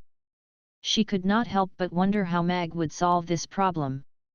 Mag watched the young lady who was immersed in her devastation, using silence to face this situation. His expression turned nasty immediately. What are you doing covering your face? Speak. I am an innocent man. How can I be maligned by you just like that? Excuse me, I don't think I know you, and I've never said anything along the lines of wanting to marry you. We should talk it out if there is any misunderstanding, Mag said with a smile. Talk? How do you expect me to speak it out? Cynthia buried her head deeper into her hands. Am I supposed to say that I spent the whole of last night writing erotic novels about you, and I was too into the storyline that when I was queuing today, I was not in the right state of mind and was about to fall asleep, so when I heard the news that your wife is back, I rushed over to spout those words. Cynthia wanted to find a hole to disappear into, but Mamie Restaurant's floor was too smooth and maintained. There wasn't a single hole at all. Cynthia felt immense pressure facing Mag's intense gaze and all the sympathetic looks around her. After staying silent for a very long time, Cynthia placed her hands down and looked up slowly. She looked at Mag with her reddened eyes and said, I understand. I will leave quietly. You don't have to care about me. After saying that, Cynthia turned to walk out of the door. Yes. She knew she was wrong. Now, she just wanted to leave this place quietly and find a hole somewhere. No one had to care about her. That was the greatest act of kindness they could do to her. In the 3 years since she started her profession, this was the most embarrassing moment. It was akin to someone she knew reading out her erotic novel to her. It was just, utterly embarrassing. Mag. Customers. Hey. You're making things worse. Mag wanted to shout. This lady seemed to have said nothing, yet said everything. It was just a simple line, but it had successfully made him the biggest scumbag in the world. Mag did not expect that one day, he would land in this situation. She's so pitiful. She's just like an innocent young girl who has been cheated of her love. Although I don't think Boss Mag is such a person, she doesn't seem to be faking it either. Look at how much she's crying. Her eyes are all red. Is this the trouble of being Boss Mag? What envious trouble! The customers started mumbling among themselves as they watched the show, wondering to themselves if Boss Mag would have to kneel on the washing board on the first day that the lady boss is back. Hold on! Just then, Irina, who had been watching the show silently, broke the silence and called Cynthia back. Cynthia, who was about to step out of the restaurant, paused. She shut her eyes and bit her lips. Ah, so close. Now what? Am I going to be torn apart by the legitimate wife? What? What should I do now? According to the usual trope in novels, as the female lead, I just have to be a weak little white flower and face the dark forces of the legitimate wife as she beats me up. After that, I'll wait for the male lead to make his appearance and save me. Cynthia's mind was a mess. She did not turn around for a very long time, maintaining the posture with one leg lifted. She knew that she was not the female lead, and even if Boss Mag was the male lead, he did not even know her. Why would he help her and stand against his beautiful wife? Oh! Her current actions were more like those scheming B*****s in the novels. She was the small Kale Fair whose role in the novel was to bring out the female lead. Ah! So I am the clown. Cynthia felt like crying. She was stuck in the middle with nowhere to go and was at a loss. Sis, since you're here, why are you leaving in such a hurry? It's terribly tiring to queue. Why don't you come and have lunch first? Irina walked out from behind the counter and to the restaurant door with a smile. Cynthia felt immense pressure. Although this elf looks beautiful and gracious, and her smile was very gentle, she could still feel a terrifying devil-like aura coming from her. This was probably the legendary female lead aura, right? Cynthia cursed at herself a million times. Now that the elf was right in front of her, she might not be able to scoot off successfully even if she wanted to. I don't have much appetite. I'm not eating, Cynthia said meekly. She did not dare to look into Irina's eyes. If you can't get an appetite here, you won't get it anywhere once you step out of this door, Irina said with a smile. The customers all nodded in agreement. There was no such thing as having no appetite when one steps into Mamie restaurant. Cynthia could not help but want to agree. She had stayed up the entire night and did not have breakfast either. She left her stomach empty to prepare herself for a good meal at Mamie restaurant. She was going to order her favorite red braised pork and 3 big bowls of rice. She was now so hungry her stomach was concaving in. In the end, when it was finally her turn and she entered the restaurant, her brain short-circuited and she actually said something so embarrassing. She could not feel her hunger anymore all of a sudden. However, she could feel the burning shame and now, she could no longer care about being hungry. I think Lady Boss' presence is a little terrifying. That maiden is completely suppressed by her. She can't even talk now, Yabimiya said with a smile. This presence, why does it feel so familiar? Ferris blinked and sized Caroline up. Humph! This chap is indeed not a good man. He has been fooling around out there. Here comes his retribution. Camilla looked excited and she was seriously thinking if she should get involved and make the situation even more chaotic. Irina looked at Cynthia and poisedly said, I just came back today, so I don't know about the things that he has done in the past few years. However, I trust his character. If there is any misunderstanding between him and you, or he has done anything wrong towards you, I hope you can tell me and I'll seek justice for you. The restaurant quietened down. The customers who were waiting for the lady boss to go crazy, looked at her with admiration after hearing Irina's words. In such a circumstance, she could still remain calm and collected and say such decent words without evading the questions and being biased. She indeed had the aura of the mistress of the house. The ladies in the restaurant looked at Caroline with a different gaze after hearing that. Even though they had just gotten to know her, Caroline's words gained a huge respect from them. Mag, who wanted to say something initially, also kept his mouth shut right now. He was also looking at Irina with shock. This lady, who loved to reason with others with her folding chair, showed him a different side of her for the first time. Cynthia met Caroline's eyes. They were a pair of blue eyes that were pure and bright, as though she could see through everything. And her sincere and powerful words made Cynthia feel even more guilty. Although this matter was embarrassing, it was indeed caused by her mistake. The husband and wife had just reunited, but she just suddenly came in between them. She was trying to damage their relationship. I. Cynthia bit her lips as her mind raced. She was trying to come up with a less embarrassing excuse to get herself out of this terrible situation. Irina only looked at her smilingly. Looking at her embarrassed expression, Irina had already formed her guess. Cynthia finally decided. She looked at Caroline and sincerely said, I'm sorry. I was confused earlier and thought that I was dreaming, so I rushed forward to say that. Actually, Boss Mag might not even know me. Her blush deepened after saying that. It was so embarrassing. She never wanted to step out of her house ever again. This was just like a public execution. Moreover, she did it to herself.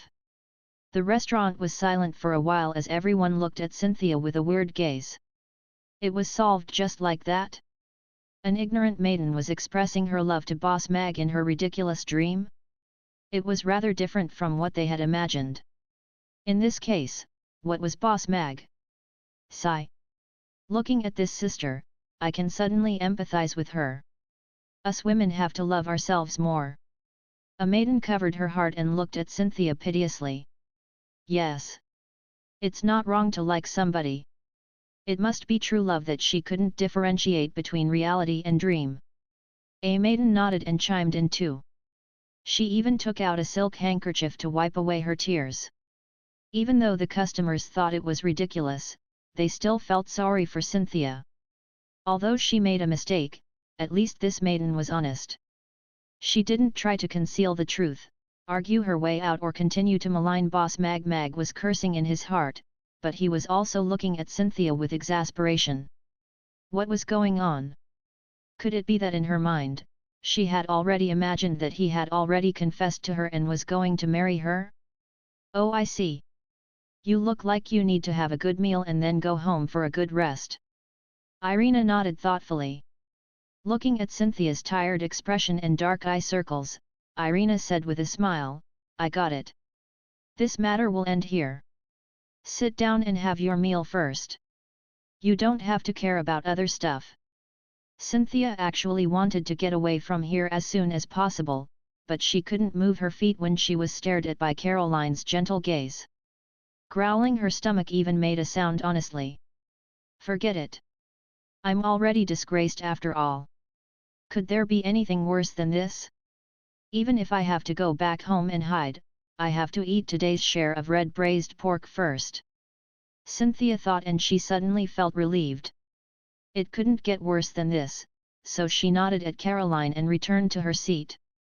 Hello. I would like to have 2 helpings of red braised pork and 6 bowls of rice, Cynthia told Mia. Life was already so hard, so she only wanted to eat 1 more bowl of rice to calm herself down first. Cynthia stared at the map on the wall in a daze, without showing any expressions. As long as she didn't feel embarrassed, the others would be the ones feeling embarrassed. Indeed, the restaurant was quiet for quite some time. No one was talking. Mag didn't feel like talking too. He went into the kitchen to make the red braised pork for her. However, his upturned lips showed that he was in a good mood now. Yes. This was the first time that he felt protected by his wife. It would only get more complicated if he had explained such matters himself. Even if he eventually proved that the maiden's words were false, he would only gain a jerk's name. However, the way Irina handled it, not only did she make things clear, she also proved his innocence. It was a very successful public relations maneuver. She's indeed my wife, Mag thought. That's it. Camilla blinked. She looked at Cynthia, who was already waiting for her dishes to be served, with furrowed brows. She was expecting a chaotic scenario, but she didn't expect the other party's combat power to be so weak. She didn't even last 1 round. Miss Caroline is so formidable. She's indeed boss wife, Firas said with admiration. She was bad at arguing and she wouldn't know how to handle such a situation. Then, she thought of her princess naturally. If the princess encountered such an incident, she would use her folding chair to greet her first, right? Just as she was getting up, the chair would land first before her voice would even be heard. Yes. She's very formidable. Mia nodded too. She was also looking at Caroline with an admiring gaze. Annie was sitting at the fountain and sketching. Kiddo was sitting onto a chair next to the fountain and holding onto a candy figure. She was swaying her legs and watching the mister making the candy figures curiously. She didn't pay for the candy figure, she got it with her cuteness. However, the mister wasn't making a loss either. The little one looked so cute eating the candy figure that many people came to look at her. It made the mister's initially mild business become brisk. Gina wasn't in a hurry to leave. She closed the door gently and sincerely said to Caroline, Miss Caroline, I need to explain to you something. Kiddo isn't Mr. Mag's child. Mr. Mag agreed to let Kiddo call him father out of goodwill.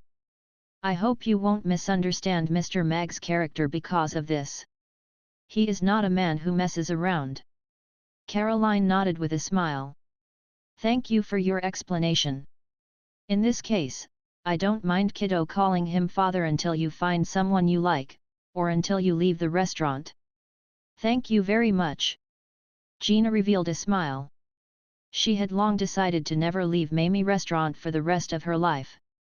Then, I won't disturb you any longer. Gina glanced at Mag before walking to the door. Although she really liked Mr. Mag, Miss Caroline was his wife and Amy's mother. She came first. Do you think Gina recognizes me? Irina asked Mag. After pondering briefly, Mag answered, actually, her brain is very simple. Perhaps, it's hard for her to differentiate between two characters in the same scene. Irina nodded thoughtfully and smilingly said, but I have never expected you to be so charismatic. You actually made a maiden dream of marrying you. That woman is not a good person. Mag dissed her in his heart. His pristine reputation was almost destroyed by her. I can't help it. A focused man is that charming. Mag sighed lightly. He tilted his head towards the sky at a 45-degree angle with a melancholic expression. I think being the lady boss is rather fun. It's interesting looking at those ladies' heartbroken expressions. Irina smiled with curved eyes behind the counter. Seeing her expression, Mag was certain that she liked this identity. At least, it was so for now. I think you have the air of a lady boss. You can scare away the thieves. Mag buttered her up. I did the accounts briefly earlier and realized that the money that you gave me recently doesn't match the accounts. Irina looked at him smilingly. That. Mag felt a chill up his back before gravely saying, what you see might not be real. Today's sales were slightly higher than usual, but you didn't see all the increased costs. For example, giving the female employee who chops the ingredients double pay. Irina's smile became even brighter. However, Mag sensed a hint of danger in that smile. You also know that Little Bat's efficiency is higher, right? She's a hard-to-find talent among the choppers. Even paying her double is more than worthwhile, Mag said sincerely. Little Bat? I don't think she is little at all. Moreover, her ambition isn't small either. Irina curved her lips. I think you enjoy the fact that she has to chop ingredients for you even when she's the vampire's queen, right? Am I that kind of person? I never focus on looks and identities when I recruit employees. The right job for the right person is the reason why Mamie Restaurant could expand, Mag said with a righteous aura. Kiddo is still young now and Amy doesn't know what's going on yet, but they will grow up soon. How do you intend to explain to them that they have the same father but different mothers? Irina changed the topic. This. Mag murmured. He couldn't be telling them that their father was a Casanova or it was a mistake, right? Perhaps you can say you made a mistake that every man in the world could have made. Irina started to give him ideas. It's not illegal for one husband to have many wives on the Norland continent, right? Mag answered casually. It's not illegal indeed, and it's very common. Irina nodded with a smile. Mag looked at the folding chair that suddenly appeared in her hand and he couldn't smile any longer. I strongly condemn this conduct that is disrespectful to women. This is trampling on feminism and objectifying and humiliating to females. Mag said seriously. Irina put down her folding chair, sat down, crossed her legs and smilingly said, actually, this has nothing to do with feminism. On the Norland continent, as long as a woman has power, she can keep a lot of male lovers. Thinking of it now, it seems rather interesting. Mag's eyelids twitched. However, this simple conversation harbored a great deal of information. It's fine. I will make them love this big family. Living here and growing up here will be the most blissful time in their lives, Mag said with a smile. I hope so. Irina nodded. Darn it. That actually happened. What is my precious Luna going to do now? Vivian, who had just come out of her house, heard two city lords' castle staff members talk about the gossip of the return of the Mamie restaurant's lady boss. Vivian quickly got hold of the two of them and nervously asked, "Wait a sec. May I ask, are you saying that the wife of Mamie restaurant's boss Mag has just returned?" "Yes. You always go to Mamie restaurant too, right, Miss Vivian? We saw her this noon. She is a very beautiful lady elf. Furthermore, she handled things very graciously and seemed like a very gentle lady boss. Instead, Boss Mag looks like he has got himself a great deal." The other staff member nodded and chimed in. "A customer declared her love to Boss Mag today and that lady boss resolved the crisis easily. I think Mamie restaurant will get even more famous under their management." Looking at their infatuated expressions, Vivian could only say goodbye and leave. A woman like that will only be a materialistic woman. How is she worthy of Boss Mag? Vivian sat in the horse-drawn carriage and murmured to herself. If it wasn't for the fact that she had lessons in the afternoon, she would have rushed to Mamie restaurant to see what that woman looks like right now. This felt like the candy that she had been eyeing for a long time being snatched away by someone just as she was about to touch it. That felt horrible. She had already even thought of how to hold the wedding for Luna. She could even be the maid of honor. She could have free food every day in the future, it would be fantastic. In the end, Boss Mag's wife had returned. The woman, who had never appeared in Mamie restaurant before and had given little Amy her adorable looks, was back. Luna will be sad to hear about this, right? Vivian couldn't help but feel worried. Even though Luna didn't say it out loud, how could Vivian not notice her best friend's unusual feelings for Boss Mag? There was a gleam in her eyes whenever she looked at him and she would blush uncontrollably whenever she mentioned him. This was evidence that she liked him, but she always kept her distance when she met him. Now that Boss Mag's wife has returned, what should Luna do now? No. I cannot let Luna know about this yet. I'll go check out the situation tonight and see what kind of woman she is, Vivian thought. What is left for me in this world? Why don't I just stab myself to death? Cynthia banged her head on her study desk and made a thud sound. That hurts. She quickly sat up straight and rubbed her forehead with reddened eyes. She huffingly said, "Is there an easy way to die in this world?" It was only an hour since her social death and she had returned to her house calmly. She thought she could get over it calmly. But when she sat at her desk and saw the titillating words that she wrote yesterday, the words Boss Mag on the pages stabbed open her recently healed wounds like knives. It's so embarrassing. How am I going to meet people in the future? Cynthia covered her face and shed tears of shame. The level of her shame was equivalent to the level of her imagination last night. As a smut literature author, she thought she no longer had any shame. However, she realized how wrong she was today. Not only did she rediscover her feeling of shame, she even lost her boundary between reality and imagination. Once someone showed her the boundary clearly and gave her a hit in reality, the feeling of shame doubled. After all, despite the fact that she had written about S*X for years, it couldn't hide the fact that she was still an innocent maiden in real life. She had only read about those postures, which she had used frequently in her stories, in the picture books. Is the Northwestern Lone Wolf home? Today's the time to hand in the manuscript. Do it ASAP. I have stabbed a blade into the door. If I don't see the manuscript by tonight, I will tear down your house. Right then, someone knocked on the door and shouted fanatically. Cynthia immediately kept quiet and listened to the movements outside. She only stood up slowly and opened the door gently after a long time and confirmed that there was no one outside. A knife was stabbed into the door, emanating an eerie aura. Why is she acting so serious? Didn't I just delay the manuscript for 6 months? Did she have to leave a knife here? Cynthia grabbed the knife and pulled very hard before removing it from the door. Northwestern Lone Wolf was her pen name. As an author who still wanted some respect, she didn't want people to know that the author of these stories was a pretty and cute maiden. In the past few years, the Northwestern lone wolf pen name was already a little famous in their circle. However, as a lazy, indifferent author who loved to sleep, her output wasn't high.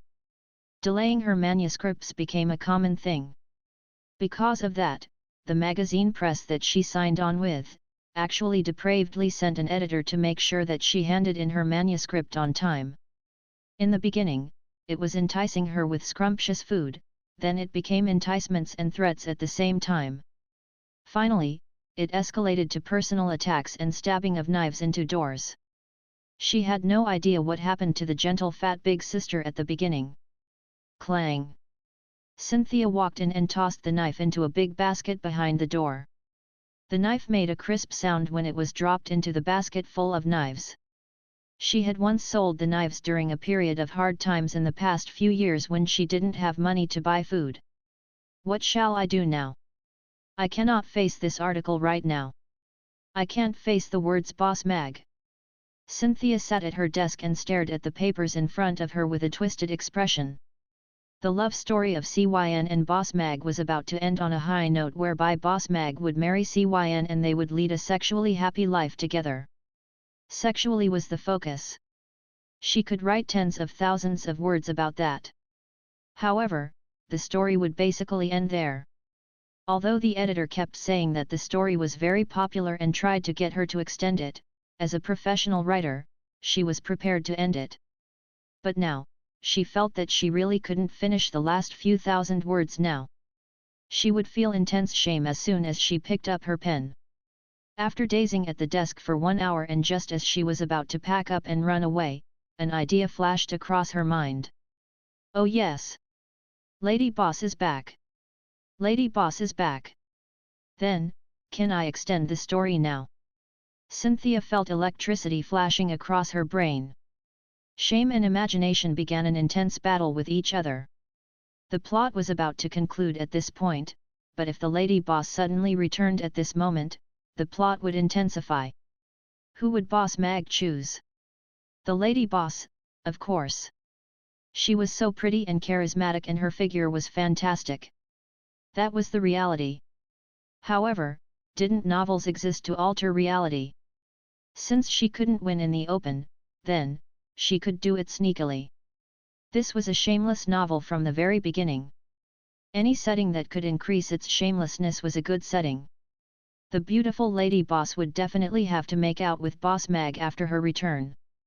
This would be another 10,000 words. After copulating, Boss Mag remembered CYN, that adorable maiden. After an intense struggle, he decided to meet her on a rainy night. This was simply fantastic. On top of that, losing weight was not just a problem for women. There was also a market among men, women, the young, and the old. She let me try the new flavors of the slimming tea this morning. There were 3 different flavors: coconut, orange, and apple. The taste and texture are pretty good. It's no longer that difficult to swallow. It was more like pure fruit juice, Irina said with a smile. On top of that, we managed to preserve half the slimming effects. Impressive. Mag's eyes lit up. According to what Irina said, this slimming tea would definitely be a hot seller the moment it was launched. Although the slimming effects were decreased by half, with a better taste and texture, this slimming tea would be able to garner a larger portion of the market. When do you intend to produce it in batches and launch it? Mag asked. The biggest problem we have currently is how to preserve it. As it is freshly squeezed fruit juice, it has a very short shelf life. It cannot be stored and sold like alcohol. Irina shook her head. This was the biggest headache Ashley's team was facing. It being freshly squeezed is a very good selling point. At the same time, we could increase its price reasonably, Mag said with a smile. You can open a small shop that specializes in selling slimming fruit juice. There would be no seats, or maybe just have a few counter seats. Sell the fruit juice freshly made and earn a huge profit by selling them quickly. A restaurant specializing in selling slimming tea. Irina frowned. This was a very novel idea. Yes. This is actually a very simple model. You don't need a very big shop, but you have to find a location with good human traffic. Make use of a multi-point strategy, and by standardizing production process, centralizing procurement of raw materials, and other methods to compress your cost price, make use of its uniqueness in the market to reap a bountiful harvest. As Mag spoke, he took out a piece of paper and pen and drew it out for Irina. Milk tea shops were everywhere on the streets of Earth previously. The Norland continent had already secured a century of peace. The economy was currently developing rapidly, and business models would change with the times. Mag thought that at least in Chaos City, milk tea shops would be completely acceptable. Besides, they could even take off with success solely on the selling point of the slimming tea. It was important to note that the daily income from Mia's ice cream shop had already exceeded 30,000 copper coins. A slimming tea that had slimming effects would primarily target women who cared about their figures. Women had the most business value in the entire consumer market. They had high purchasing power, and they were willing to pay for beauty. Fresh fruits shipped over from the Demon Islands to Chaos City would cost a lot to be shipped over. Thankfully, they were fruits and not seafood. Therefore, there were many ways to keep the fruits fresh. If the Night Elves decide to do this business as a long-term plan, they could set up their shipping team that would be in charge of shipping the fruits over to reduce their shipping cost to the minimum. On top of that, the main role of the fruits in the slimming fruit juice was to alter its taste. A cup of fruit juice was not costly at all. Mag did some simple calculations. A cup of slimming fruit tea would have a cost price of around 15 copper coins. As for the manpower and accommodation cost incurred in a glass of milk tea, that would have to depend on the sales of the drink. Therefore, we would earn a little less for this glass of slimming fruit juice. We can sell it at 100 copper coins per cup and earn some hard-earned money while we build up our reputation. Mag placed his calculator down. If a shop could sell 1,000 glasses of slimming fruit juice in a day, that would be an income of 100,000 copper coins. If we open 10 shops in Chaos City, this business could bring in 500,000 to 1,000,000 copper coins in a day. Irina looked at Mag and thought carefully for a while before exclaiming, "It would earn more than your restaurant." "I opened a restaurant not to earn money." Mag smiled. "Right now, Mana Hot Pot Restaurant has already outdone Mamie Restaurant. Rina is even planning on her second and third branch, as well as to expand into other cities. But, are you sure this can work? Would people really spend 100 copper coins to buy from us just because you said that it's a slimming tea?" Irina was still uncertain. She discussed the selling price with Ashley previously in the morning. Their estimate of the cost price was similar to what Mag had quoted. They were intending to sell one glass at 20 copper coins. That way, they could earn 5 copper coins per glass. That is the real hard-earned money. They did not dare think about selling each glass for 100 copper coins. That was what a shrewd businessman would do. However, thinking about it this way, this was the way to earn big bucks. After all, there were tens of thousands of night elves to be fed. If they earned 5 copper coins at a time, it might not even be enough to feed everyone. Firstly, you guys have to be certain that this is not a normal cup of fruit juice. This cup of fruit juice can still help a person lose weight and sculpt their body. On top of that, it was produced with fruits from the Demon Islands tens of thousands of kilometers away. The fruits are even freshly squeezed, Mag said with a smile. Just these 2 points alone would be a deadly attractive point to women. But, what you are lacking right now is a trustworthy reputation. The key is to attract your first batch of customers and use word of mouth to spread the effects of drinking the fruit juice. That way, people would start spreading it around. So what should I do? Irina asked humbly. Simple. I can set up a stall in front of Mamie Restaurant for you to do a pre-launch sale. If you guys can take down this quality batch of customers from Mamie Restaurant, you wouldn't have to worry about sales in the future, Mag said calmly with his arms crossed on the table. Irina was stunned. After that, she smiled. That's cheating. Opening the back door for my wife isn't cheating. Mag shook his head lightly. However, before that, I have to ensure that your slimming fruit juice is to my standards, be it the taste, effects, or packaging. I want to test it personally. No problem. I'll go down to the textile factory and get Ashley to liaise directly with you. Irina nodded. She took a sip of tea and got ready to leave. Ding! Just then, the bell rang. Irina turned to look toward the window beside her. She smiled and sat back down, saying, "Your outstanding work partner is looking for you. Since you two work so closely together, as the lady boss, shouldn't I get to know her too?"